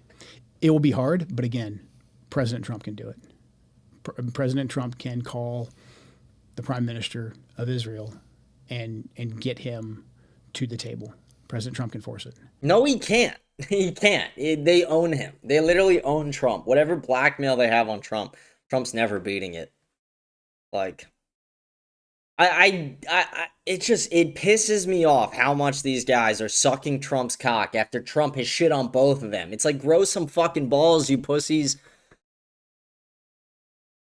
Someone's got to inspect between their legs. Can we send one of the Groy bets out there to inspect between their legs, see if there's any dick and balls left, or if there's just a mangina? Because what the fuck is it? Like, seriously, what is this? I believe that. I truly believe that he can.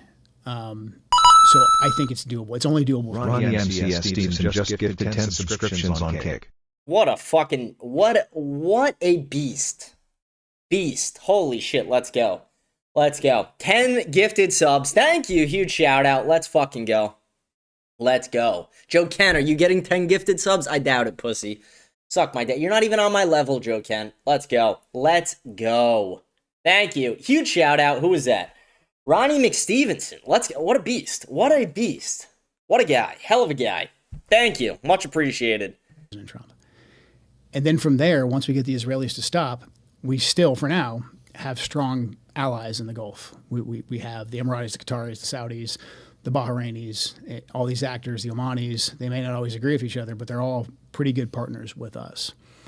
I think we need to use them. And again, I think we probably need to bring in some new diplomats, and we need to aggressively engage with the Iranians while we can to get to a ceasefire and to come up with a way that we can stop the killing, we can stop the destruction of not just these countries, not just the loss of more life, but basically the collapse of the energy system that we have right now, so that we can open the Straits of Hormuz back up again, and so that we can make sure the petrodollar is being used. Because right now we didn't stop the flow of oil going to the Chinese. The Chinese are still getting their oil out, and they're settling those transactions in yuan, not the petrodollar. So we have to, once we get the Israelis to stop, we have to aggressively pursue our economic interests. And I think the only good thing in here is that our economic interests are in line with not just the GCC countries, but also with the Iranians. Because the Iranians want this war to stop. They want to be able to rebuild their energy sector. They want to be able to revitalize their energy sector. And on this mutual cooperation to open up the Straits of Hormuz and to build back the energy sector, I think we could come up with a peace. It's going to be We'd have to lift some sanctions. We'd have to lift some sanctions, yeah. And why wouldn't we? We've had sanctions for decades, and according to the neocons, they had no effect on the nuclear program, which posed an imminent threat. So, like, what is the argument? We've had sanctions for decades, and I don't see how we benefited from that at all. We didn't. I mean, we just lifted sanctions on Syria because the regime changed there, but we lifted sanctions on a guy who used to be the former leader of Al-Qaeda. Right, so, because he's pro-Israel. So I'm pretty sure we can go ahead and lift some sanctions. It would be in our benefit to lift the sanctions. Because not only would it help us in the war, but also a condition of lifting the sanctions would be you will settle all transactions that you're going to get from your new oil industry that will be reintroduced to the world economy. You'll settle that in the dollar. And we need the dollar to survive if we want our country in its current state to survive as well. So the lifting of sanctions in this case very much works out in our national interest. That to me, and I'm sure there's lots of different variations we could have of this plan, but President Trump aggressively enacting this and addressing the Israelis first and foremost. Otherwise, any kind of negotiation we try to have with the Iranians or pretty much anybody else, if we don't address the Israeli factor, they're simply not going to take us seriously. Why would they? Precisely. Why would they? And every day that this goes on, again, the more, and I have no love for anybody in power in Iran right now, but the more of the people that more of the leaders we kill in Iran, you're not getting a Thomas Jefferson next. It's not like if we kill, 15 or 20 of them, the 16th or the 21st guy is Thomas Jefferson or he's a moderate. Absolutely not. It's very obvious to me that some of these strikes, not all, but some, were conducted with the intent of making a negotiated settlement impossible. And that leads me to the saddest thing, a whole cluster of sad things, but the saddest thing is the bombing of the girls' school attached to the Iranian naval base. And the U.S. has admitted we did it, but Trump's denial of that, too, has just been, so boomer-coded retarded, where they're just boomers are just so used to, convincing everybody that they're right, and they're not used to the way, Gen Z stands up to it. It's very new to them, and Trump doesn't realize, Trump still treats it like everybody just believes everything he said, and it's no, we're smarter now. You're a fucking retard. I'm wondering about the targeting coordinates and where those came from. Is it possible that those came from Israel? That I don't know. Are you aware of, has it been publicly reported or in previous conflicts, can you say anything that you're not constrained by? Is it possible that could have happened? I mean, have there been strikes, American strikes on targets in the past that you're aware of that have used coordinates supplied by Israel? Yeah, we share so much intelligence with Israel. Right. So, right, of course. So it's entirely possible, but no one has said anything about it, but it's entirely possible that the coordinates were given to us by Israel. And why wouldn't they be? Because once you start doing things like that, it's intentionally or not, it's very hard to get out of it. And obviously from the way the Israelis have conducted themselves in the Gaza war and other places, they have a much different way of fighting than we do. I mean, America definitely makes mistakes, and we do everything that we can. I can tell you as a guy who fought on the ground, Americans, almost to a fault sometimes, we do everything that we can to prevent the loss of civilian life. I mean, almost to the point where sometimes we risk our own lives deliberately to not kill Americans, to not kill innocent civilians. So, again, this is where being in partnership with a air quotes partner that has a very different agenda than you and a stated outcome, but then also just a different standard for how they fight. It's very dangerous. It's very dangerous for us. To be in partnership with a country that has different goals and different standards of behavior on the battlefield. In different ways and means, yeah. They just have a whole different way of looking. So how would you describe the Israeli attitude toward the killing of innocents? Look, the Israelis are in a hard spot. And as somebody who fought for most of my life, I think I can get into their heads pretty easily. If I was an Israeli, I think I would have the same view. I think I would say, well, we're going to fight them at some point anyways. If there's civilians in that. A good point Nick made last night. I thought Nick's show last night was incredible. I actually thought it was one of his better shows he's done. But a good point he made is look at how Americans are responding and reacting to us being involved in this war versus look at how the Israelis are acting. Look at how people in America are feeling. They're all upset about it. Rarely do you run into somebody who's super thrilled that we're going to war with Iran. And then you look at the Israelis and they're all fucking stoked on it because this is what they've wanted for 30 fucking years and we're giving it to them at the cost of us. Area that's militarily important to us, whatever. I have a job to do. I understand that. But it's also important for us to understand our air quotes partners. If we're going to be in a partnership with them, we have to be clear-eyed about that. Just because they speak English and a lot of them went to school over here and we have dual citizens doesn't mean that they're going to target the same way that we do. We have to be clear-eyed about it. And that's what I think is missing. If we're going to do joint operations with the Israelis, they are going to, look, we saw what happened in Gaza.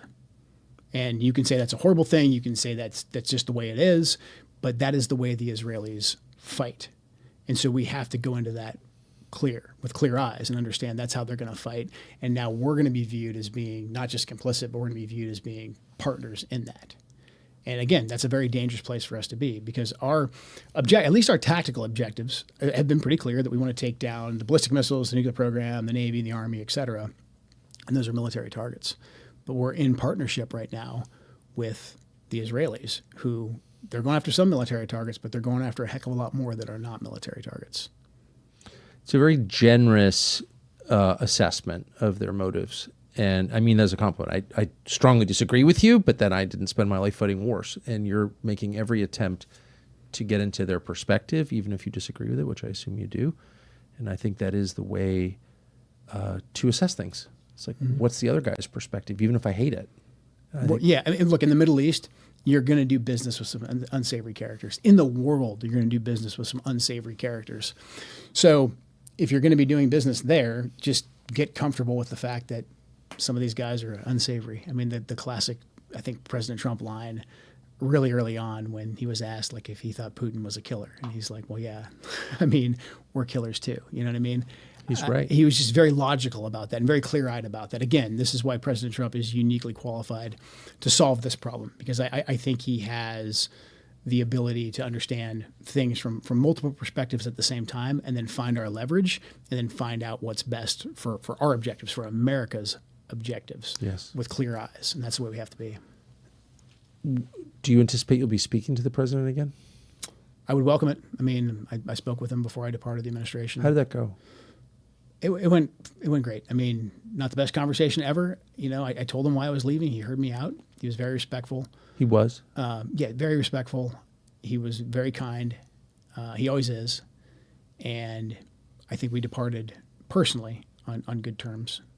Again, I'm an adult. I understand the way I left and writing the letter, that there's parts of his administration that are going to have to. Saying I think we left, like, this is where it just gets gay. It's like saying we left on good terms, but Trump literally shat on you once you left. So I'm not buying that. Like, this is a controlled conversation.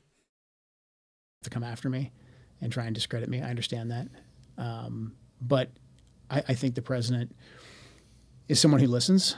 And so I think he's listening, not necessarily just to me and to you, but I think he is listening to a lot of different people, because I think he knows at a core level this is not going well, and he needs to find a way for us to get out of this. Well, you're definitely an adult, and I wish there were more of them. And I appreciate all the time you spent here. Thank you. Thank you, Tucker. I really Very appreciate much. it. Joe Kent. Thank you for watching. We'll see you next Wednesday. Is that, I'm guessing that's the end of it. Okay, let's X out of that before we get the copyright. That was the interview. Okay, I mean, kind of a letdown a little bit. It felt like a very controlled conversation. Not that I didn't expect that going in, but I hate how fucking soft their voices are. Super gay. I don't know. This wasn't the biggest fan. I thought the most interesting part of the interview was probably the Charlie Kirk comments, but at the same time, it felt like forced and it felt controlled. Okay, we're going to get into the comments part of our show. I'm just getting them pulled up right now. Thank you guys for tuning in. Thank you guys for being fans of the show. Please remember to like, smash the follow button, leave a comment. We read all the comments at the end of each show. Rate the show 5 stars on Spotify. Wow, my hair looks like shit. What the fuck? Rate the show 5 stars on Spotify. Follow me on X, Instagram, whatever platform you are watching on. Just follow or subscribe on there. Kick, Twitch, YouTube, Rumble. Doesn't matter to me. And where is it? Over here. Join the Telegram channel, scanning the code up in the corner. And like I said, we do all the comments at the end of each show. We're going to go right into the comments now. Let me actually fix the volume on that so they're not raping all of our ears. Okay, there we go. Here we go. Starting with the comments.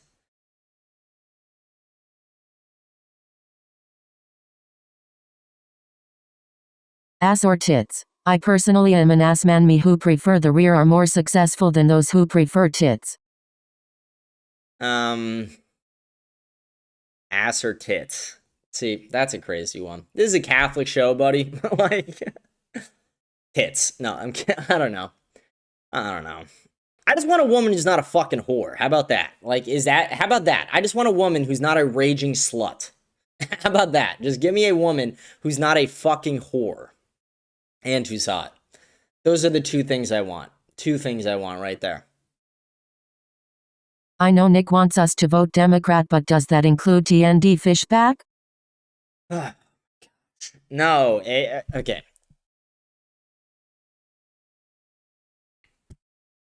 If there's a truly America First candidate, vote for that. If it's a neocon candidate or just some fucking scum who's taking money from AIPAC or some bullshit, don't. Like, it's pretty simple to figure out. When we get closer to the midterms, I'll help you guys out a little more on it.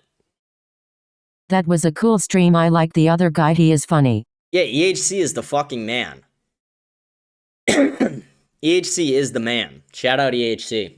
Christian, this entire comment section keeps throwing racist attacks towards you. Shut up, Jamin. You're a pussy. Yeah, I know, kind of dumb given the fact that I'm a white Hispanic. It happens because you fall for the bait every time. It's dumb regardless of your race. Shut up, pussy. I'm just as white as some European populations like Canarians. No, you're not. Let's be honest. For the record, I didn't say anything really that bad. I'm literally trying to help you. In this life you're gonna need thick skin, not a thick skull. I too am trying to help you, Christian. Hey, Christian, I gave you some advice. Follow it.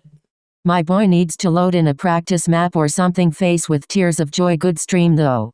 Yeah, I was shitting the bed. I was selling hard on that gaming stream yesterday. We're doing another one tonight, I think, though. This fattest brown chud really reported my comment because I hurt his little girl feelings, and instead of defending your honor like a man, you blocked me. A retarded 23-year-old woman. There is no hope for bro. That's crazy. That's crazy. To call out his manhood is crazy. Wanker is an overweight, ugly dog. I don't know what Wanker looks like, but I guess I don't know what they look like. Can't comment. I find you fucking annoying and I don't have time for you, Wanker. Mind your own goddamn business. Also, I never reported you. I have the right block whoever the F I want. I don't have to deal with trolls like you. Christian, you're falling for the bait. This is why everybody shits on you. Hi, Christian. I totally agree, Broski, and I am so happy you are back. Do I have to, do I have to subject myself to this, reading all these people arguing in my fucking comments? You guys say I'm a pussy because I defend myself and don't take shit from anyone. If you ask me, being assertive makes a man a man. Dude, falling for bait. Again, Christian, you gotta...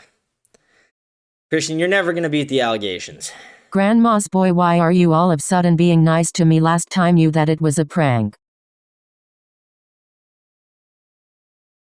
I'm just skipping some of them. I can't fucking deal with that. LOL, Christian, you're too easy. One comment and you're back in my palm face with stuck out tongue. Exactly. That's what I'm saying, Christian. The whole thing's a game, and the more you fall for it, the stupider you look. Just fucking chill. When somebody calls you a brown clown or makes a joke, just roll with the punches, buddy. You don't have to get fucking upset about literally everything. I love how the news is changing into something away from how we started. It started as we don't want this war, we want no boots on the ground, we shouldn't be there at all, into what we've got now is the only way this ends is if we send Delta Force in, or 5,000 Marines will pressure them into ending it, or the Iranians killed out men. It's disgusting how the goalpost always moves because of our sunk cost fallacy. Yeah, it's never gonna stop moving. LL looks like she's been stung by 6 million ugly bees. Oh, that's on the Laura Loomer episode. Yeah, Laura Loomer looks like shit. I mean, Laura Loomer is just the dumbest cunt there is, possibly. Let me in this next time I can get us some wins. Yeah, you're good at Fortnite? Maybe. I am 31 years old. I dislike that I play Xbox at my age, being a father. Seeing the country fall apart. Seeing the economic news tighten. Watching the censorship. Hearing the laws being passed. My maple syrup farm was overran by Indian migrants last night. I think there is 30 of them living in my chemical shed. Stressful, No. but at the same time I get it. PUBG with Uncle Rogue would be cooler instead of this game. It's literally the real version of Fortnite and it's free. I like the building part of Fortnite, though. That's why I never got into PUBG. Bruh, video games at any age isn't bad. We love Uncle Rogue. Video games at any age are great. To be honest, I don't think I'll stop playing video games. I love video games. I've always loved video games, and I don't plan on stopping. True, I totally agree, Hunter. But at the same time, we certainly have a bumpy road ahead of us, so as long as we all are still developing our spirit, our bodies, working out, getting prepared for survival, making money, pursuing God and family, and raising awareness to our fellow countrymen, it's all good in the hood, fam. Yeah, but you could still play it, if instead of fucking going out and getting wasted, I play some Xbox, what's wrong with that? Yeah, the guy who's saying knock off Fuentes, it's a very different show, and if you can't realize that, you're retarded. The only similarities are we're Italian, we both wear suits, and we both move our hands a lot, but that's also that's the same thing as saying I'm Italian, you know? There's no other... I guess our political views are very similar. I am a huge groiper. I love Nick, but very different show. I'm a supporter of Nick. I'm not Nick. You just sound like a retard. Video games at any age isn't bad. Time for you boys to get off the tit. And also, I've been doing my show longer. Like, I was very late to... I've been very open about this. I was very late to knowing who Nick Fuentes was. I had my show before I even knew who he was. So, to all the people who are like, oh, it's a rip. It's like, I didn't even know who the fuck he was when I started my show. I didn't know who he was when I was wearing a suit every day doing this. You might be onto something. Bill Gates' Microsoft did make the Xbox after all. It's certainly not going to be a positive for your life. It's more of an escape, or a way to take your mind off things. 2 to 4 hours per week max is acceptable if your shit is on point in all other aspects of your life. I can stand by that. I would even say more. I think if you play an hour or two a night, that's not bad. If before you go to sleep, you're playing video games for an hour or two, I fail to see the problem in that. What a time suck. Y'all watch porn together too? Porn is immoral, should be banned, and it's Jewish propaganda. Every time you hear, again, to all the people who can't stop gooning, every time you jerk your dick, just know you're saying all glory and honor to Benjamin Netanyahu. Valid point on the time suck. 2 to 4 hours per week is what I would recommend. Watching porn is creepy cuck behavior. Super gay and Jewish, so absolutely not, that is forbidden. Fuck yeah. Don't listen to that grandma's boy pussy. Gaming streams fucking mog. Yeah, I enjoy it. I mean, that's the first one. I do gaming streams a lot. That's just the first one I've ever uploaded on Spotify. Never really. And by the way, for all the people watching on YouTube and Kick right now, all the comments we're doing, I am bigger on Spotify. I'm a big show on Spotify. I'm newer to live streaming, though, on other stuff. But that's where the comments are, so if you're curious. No wonder you kids don't have shit these days. Sitting around playing video games, mogging it up. You're a bunch of metrosexuals that couldn't get laid in a whorehouse. You sound like a bitch. Why is grandma's cuckboy shitting on a casual stream? Buddy, you watched it. How the hell are you criticizing people on wasting time? Exactly. You watched me play video games for 3 hours and you're telling me I'm wasting time? Suck my dick. What the hell kinda dumbass shit is this? Are you for real an actual goddamn idiot? I didn't think you could be any more unimpressive, but hey, you proved me wrong. Yeah, that's the same guy who's been seething the entire time in the comments. Rogue was about to comment, if I was a child predator I would play Fortnite, but I am a changed man now thanks to you, sir. What grandma's boy means to say is, first of all, please forgive him, he too is working on respect. We are wondering how live streaming Fortnite is going to save America or how it's relevant to the mission, sir. With all due respect, James. It's not gonna save America, but that's the thing, like... Okay, here's what you guys gotta get. We are not going to save America in a day. We're not going to save America tonight. We weren't going to save it yesterday. This is a long game. And I'm in it for the long haul. I am doing the show every day. We report the news. Yesterday was a slow fucking news day. All we had was the Joe Kent thing, but then we got more information that there'd be follow-up interviews.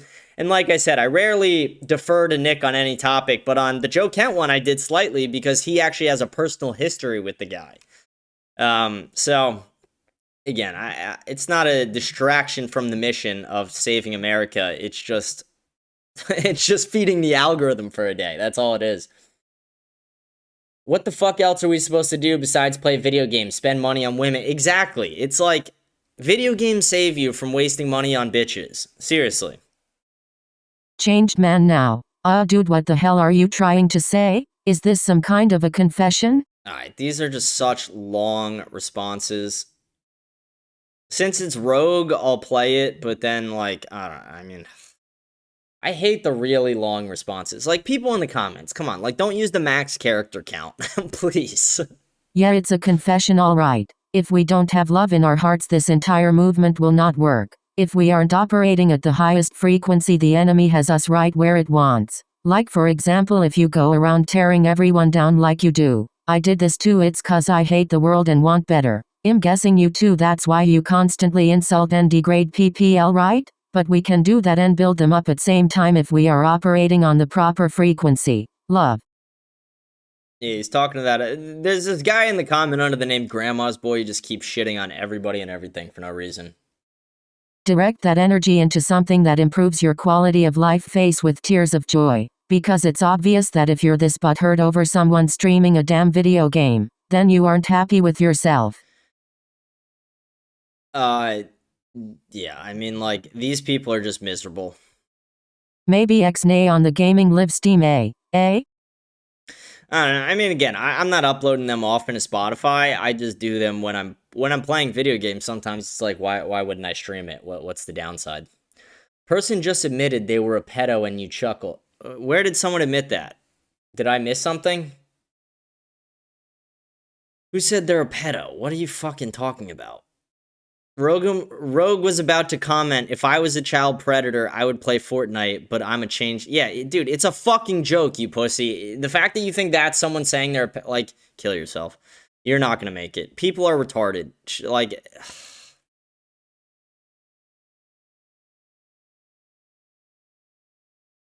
I want to fucking kill myself, seriously.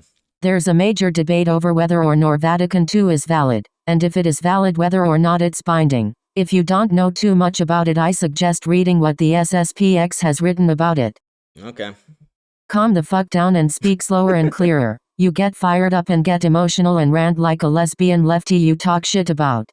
Dude, I talk fast because I jack myself full of caffeine.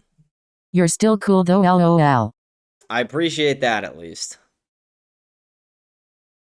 But yeah, I talk at 1.25x speed at all times because I just jack myself up on caffeine and I've crazy ADHD. James, come on now, if you punch a fat person in the throat it won't do nothing, they got a thick layer of protection. You might be right there, but what if I hit him with like you go jab, jab, boom, boom, boom? Like, what if I hit him with that combo? What if I like oblique kick them in the knee? No, oblique kick would be hard on a fat person because the fat would absorb that, but there's got to be a way to take the fatties down. You know, there's got to be a way. We got to come up with it. I think it could work, though. I really think it could work. If you thought the Holocaust was bad, go look up Holodomor, folks. It's that giant Bolshevik Zionist communist genocide where all those white Christians were killed. Didn't make the history books, though. I wonder why white population was 30% of the world in 1900s. What's it now, like 7%? Whitey needs to stick together now. Look up white dormancy, James.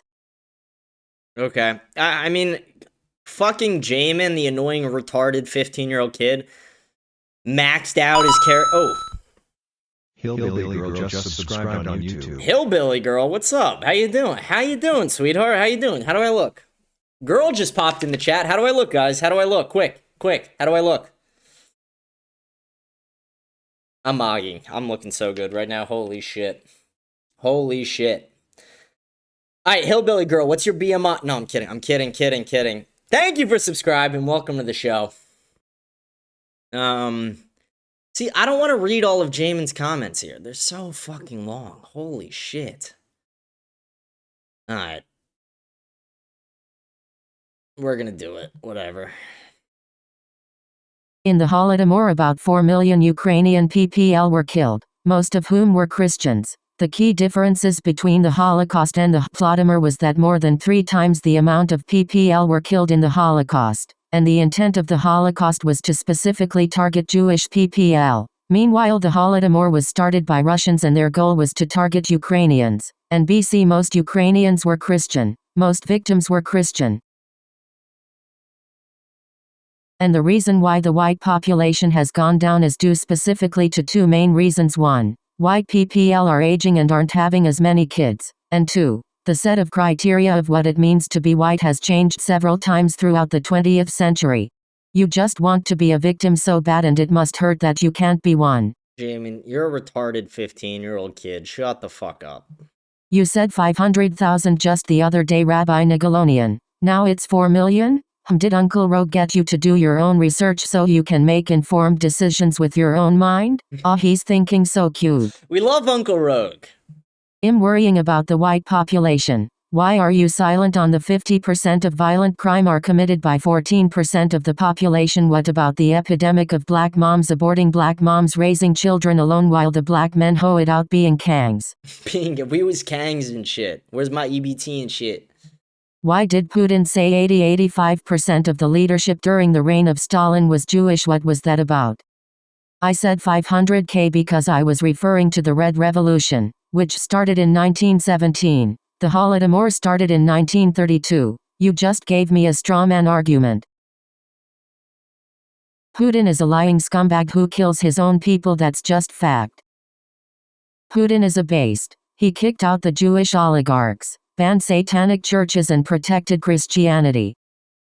He also persecutes minority religions and has killed millions of Ukrainians and sucked the penises of Islamists. The president gave him chances to come to a deal and end the war and he chose not to. We are lied to about Putin, my man. It's all part of Whitey. Go to war with Whitey so humanity can more easily be enslaved. Benjamin Netanyahu is Mia. Yeah, I think Huckabee found him. I don't think he's dead, sadly. The Antichrist is gonna be Bonnie Blue's baby. Probably. You are right. You are. Whatever fucking comes out. That's crazy. Whatever comes out of Bonnie Blue's vagina on that day when she gives birth, I mean, God help that being. Holy shit. I've been saying this for a while. I mean, that kid's gonna kill themselves. There's no other option. Like, if you're a girl, you're gonna end up a slut, like the worst kind of slut. And if you're a guy, you're just gonna fucking eventually eat a shotgun. I mean, there's no beating that. Like, imagine you're in school and your mom is Bonnie Blue. Like, you are so fucked. You are so fucked. I'm wondering how long do you think we will be involved in the war? Also, why are you so obsessed with my bottomless throat? Last week there was a middle-aged Islamic man that was convicted of raping 4 underage girls in my town. I guess he was just trying to find the Aisha to his Muhammad. Yeah, the towelheads tend to do that sometimes. How long do I think we'll be in the war?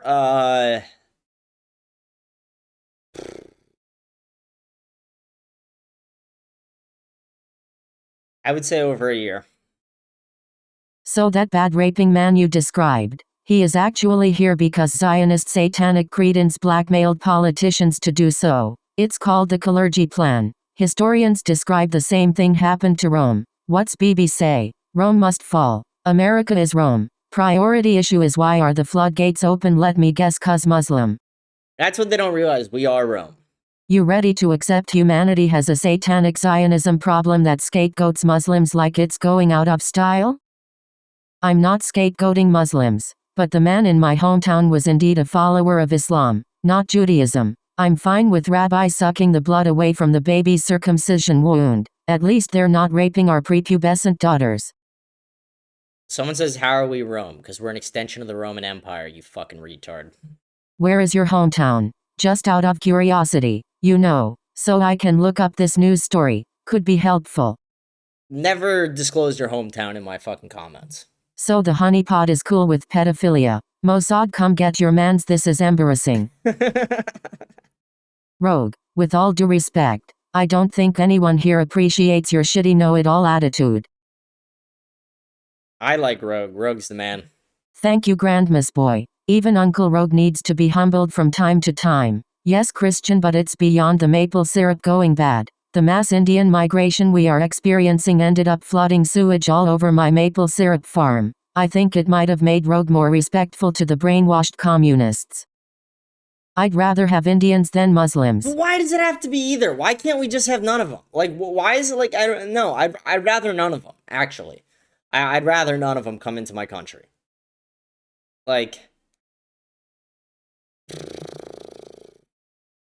Genius idea to financially incentivize women to be women again. It's sad that that's where we're at as a society. My idea is genius. It seriously is, and people need to realize that. We should pay women a salary of 30 grand a year at the age of 18 if they choose to not work, which they should be incentivized to choose that. 30 grand a year. When they get married, double it to 60. Every kid after that, give them like an extra 20 grand. Tax-free. Don't let them vote either. Genius. What about the weak shitty men that pay for those OnlyFans crusty nudes in the first place? They are the addicts. OnlyFans are the drug dealers. Yeah, I mean, we need to make it illegal. OnlyFans should be illegal. All the money should be seized. It should be destroyed.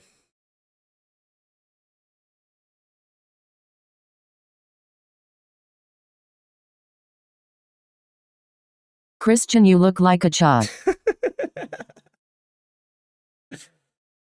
It's an insult basically used by a person to call another person stupid or ugly. Only a chud would have to ask what a chud is.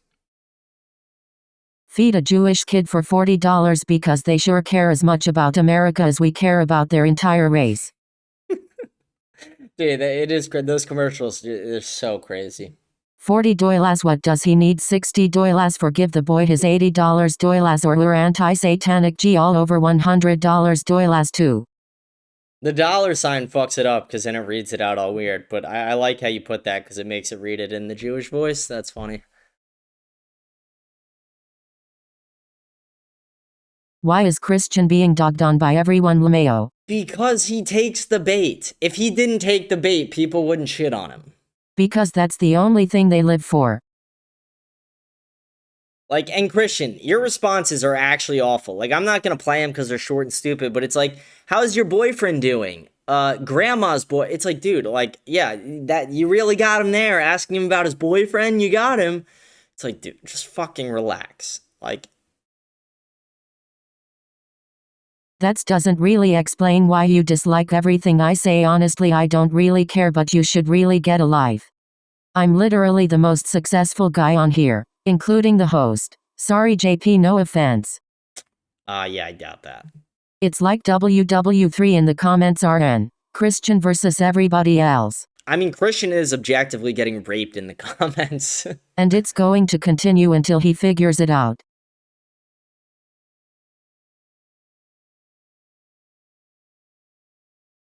Christian blocked me. I must have taken things too far again. Freaking A. Your boy has no sense of humor.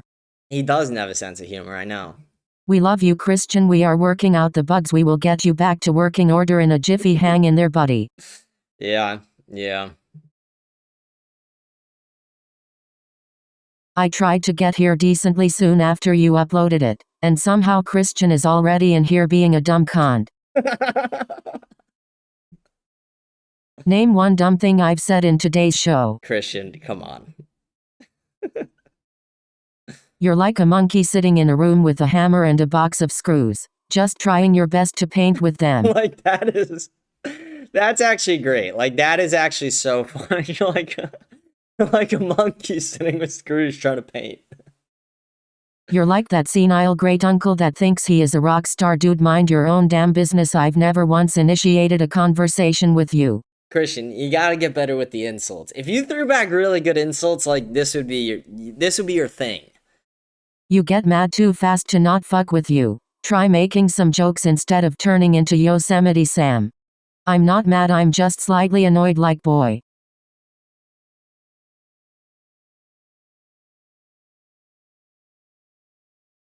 I'm just a friendly person. I've never done anything to, so I don't know why you care so much. I do that because there are a lot people here I like that I can't interact with anyway else.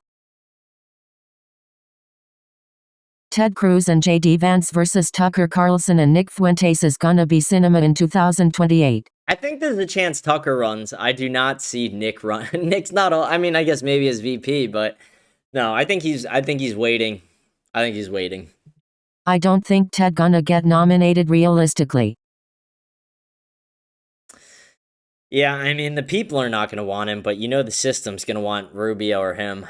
And Nick can't get nominated if you're talking about the presidency due to his age. He was talking about VP. It pisses me off that people can say some of the most disgusting things to me on here, yet when do it back to them. Spotify removes the comments. Christian, relax. Christian, nobody cares. Yeah, exactly, dude. You gotta just relax. You gotta relax. Okay, we're almost done with the comments. We're almost done here. Almost done. Dude, just marry Laura already. Laura Loomer? I would literally rather kill myself. No.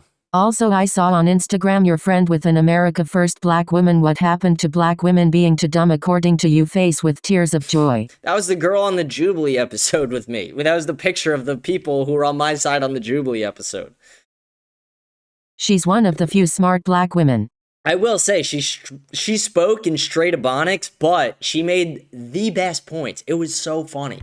Like, she was literally speaking in straight black, straight Ebonics, but she was nailing every point, and I was actually impressed, I'm not gonna lie.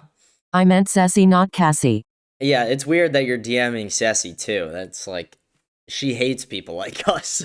Christian, you are a Nazi. You even look like one, bro.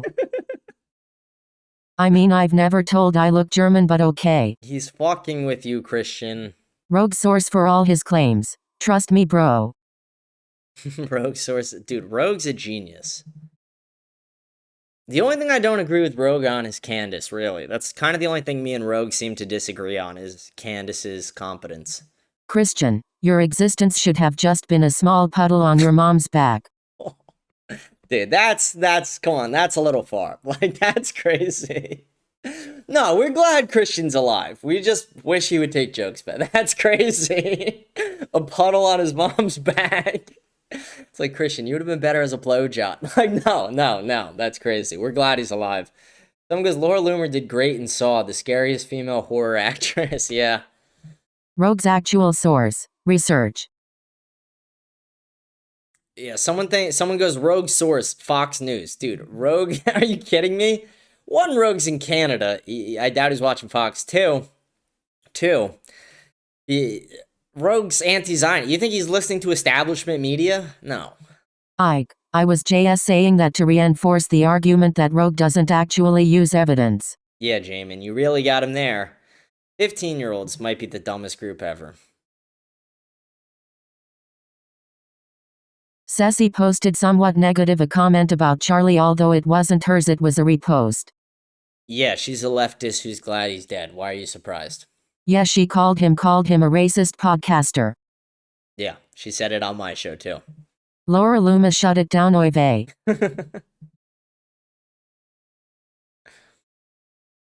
See, Christian, I make you laugh, man. Why don't you just put the Steven Spielberg movies down so we can put on Chris Langan 200 IQ explain the Jewish clergy plan for 10 minutes? It's on Big Shoot, buddy. I know, world's smartest guy. What does he know, right? Christian, you should watch Europa: The Last Battle. I've never watched Schindler's List. I fucking hate Spotify's censorship rules. Yeah, the comment censorship's annoying. We're out here worrying about WW3 happening. Meanwhile, we have actual problems like the war against Christian in the comments, LeMayo. Yeah, I mean, it's like, I hate to say it, Christian, but it is your fault. You bring it on to yourself, and I've explained it to you too many times for me to do it again. I now declare peace with Christian and Bears fan. We got communism to deal with, gentlemen. Give it to Christian, not Bears fan. Fuck Bears fan. Fuck Jamin. Jamin's annoying. Alright, that's all the comments. Holy shit, that was a lot to get through. Fuck me. Tired. Okay, thank you guys for tuning into the show, though. Thank you guys. I'm just amped it didn't get taken down. Like, let's hope it doesn't get taken down in the next few days. I don't think it will. Here's my thought process and what I was thinking. I was like, if I cover up the watermark and if I do a live reaction to this, maybe it could get taken down. But eventually they're going to upload this to YouTube and to X and all platforms. And by that time, it's fair game to then, do a reaction stream to it. Maybe I could just get away with it. And I think I did. Knock on wood. But I think we did it, folks. So again, we're going to sign off for the day. Please remember to like, smash the follow button, leave a comment. We read all the comments at the end of each show. We're going to have Ceci on the show tomorrow to debate. We'll do comments with her, maybe. Maybe we'll do them. That'll be fun to respond to comments with her. If you don't know who Ceci is, it's a woman who is obsessed with it. She loves me. I know. It just happens. When you look like this, you're a handsome son of a bitch like myself. It just happens. Make sure to tune in tonight as well. I might be doing a gaming stream on Kick, Rumble, and YouTube and Twitch with EHC. That would be fun. We gotta redeem ourselves. We didn't get a W yesterday. We gotta redeem ourselves. So maybe we do that. I doubt I'll upload it to Spotify because I'm uploading this on there. I only do one Spotify upload a day usually. Sometimes a couple. But with that, like I said, we're signing off. like, smash the follow button. Whatever platform you're on, hit follow on it. Leave a comment. Rate the show 5 stars on Spotify. Follow me on X, Instagram, YouTube, Spotify, like whatever you're on, follow there. And join my Telegram channel by scanning the code up in the corner, just right here. Scan that code. Stay updated on all things America Unfiltered. I'm dropping voice notes in there. I let people who missed the live show know when it's uploaded on Spotify and everything like that. A lot of good shit in there. So thank you to all our super chatters as well. How do I view our super chatters? I know we had a couple people gift subs. Thank you to Ronnie McStevenson, and it's only showing me the... Oh, okay. We had OKKK. Nice. We had them sub. Thank you for that. We had Tommy Ash. I don't even... Oh, that might have been the Brown Clown. That might have been the fucking spam bot. Let's see. How do we view the super chatters on... Does it show me? Oh, yeah, okay. Thank you to Jutu. Thank you to CC Red, Groiper's mom, and thank you to Crypto Altair. Thank you guys for super chatting. Thank you guys for being fans of the show. Hope you guys do have a blessed day, a blessed night. I'll be back tomorrow, 7 p.m., live with Ceci. Very excited. It's a fun week of shows this week. Thank you guys, and I will see you guys tomorrow. Hope you guys have a blessed day, blessed night. Has left us in want. Our knowledge has made us cynical, our cleverness hard and unkind. We think too much, feel too little. More than machinery, we need humanity. More than cleverness, we need kindness, gentleness. Without these qualities, life will be violent, all will be lost. The aeroplane and the radio have brought us closer together. The very nature of these inventions cries out for the goodness of men, cries out for universal brotherhood, for the unity of us all. Even now, my voice is reaching millions throughout the world. Millions of despairing men, women, and children. Victims of a system that makes men torture.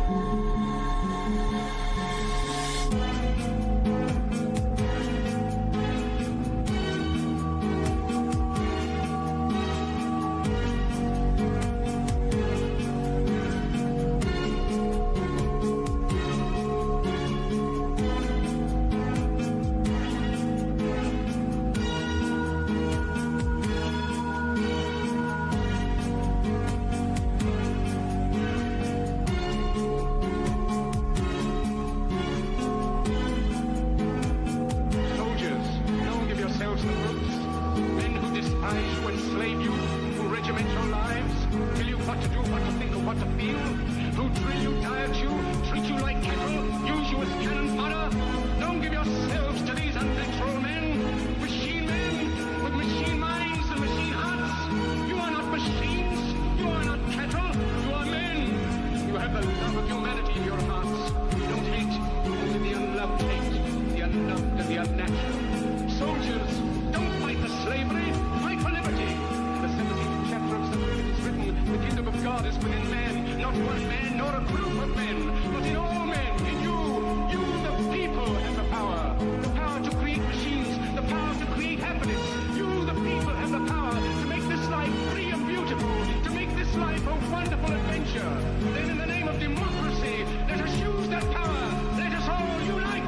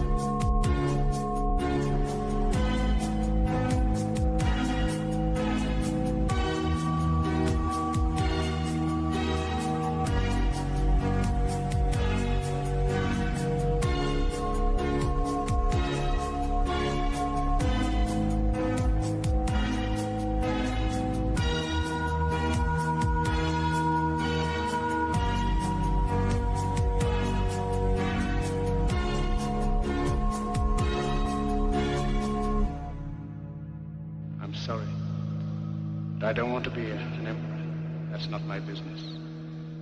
I don't want to rule or conquer anyone. I should like to help everyone if possible. Jew, Gentile, black man, white. We all want to help one another. Human beings are like that. We want to live by each other's happiness, not by each other's misery. We don't want to hate and despise one another. In this world there's room for everyone, and the good earth is rich and can provide for everyone.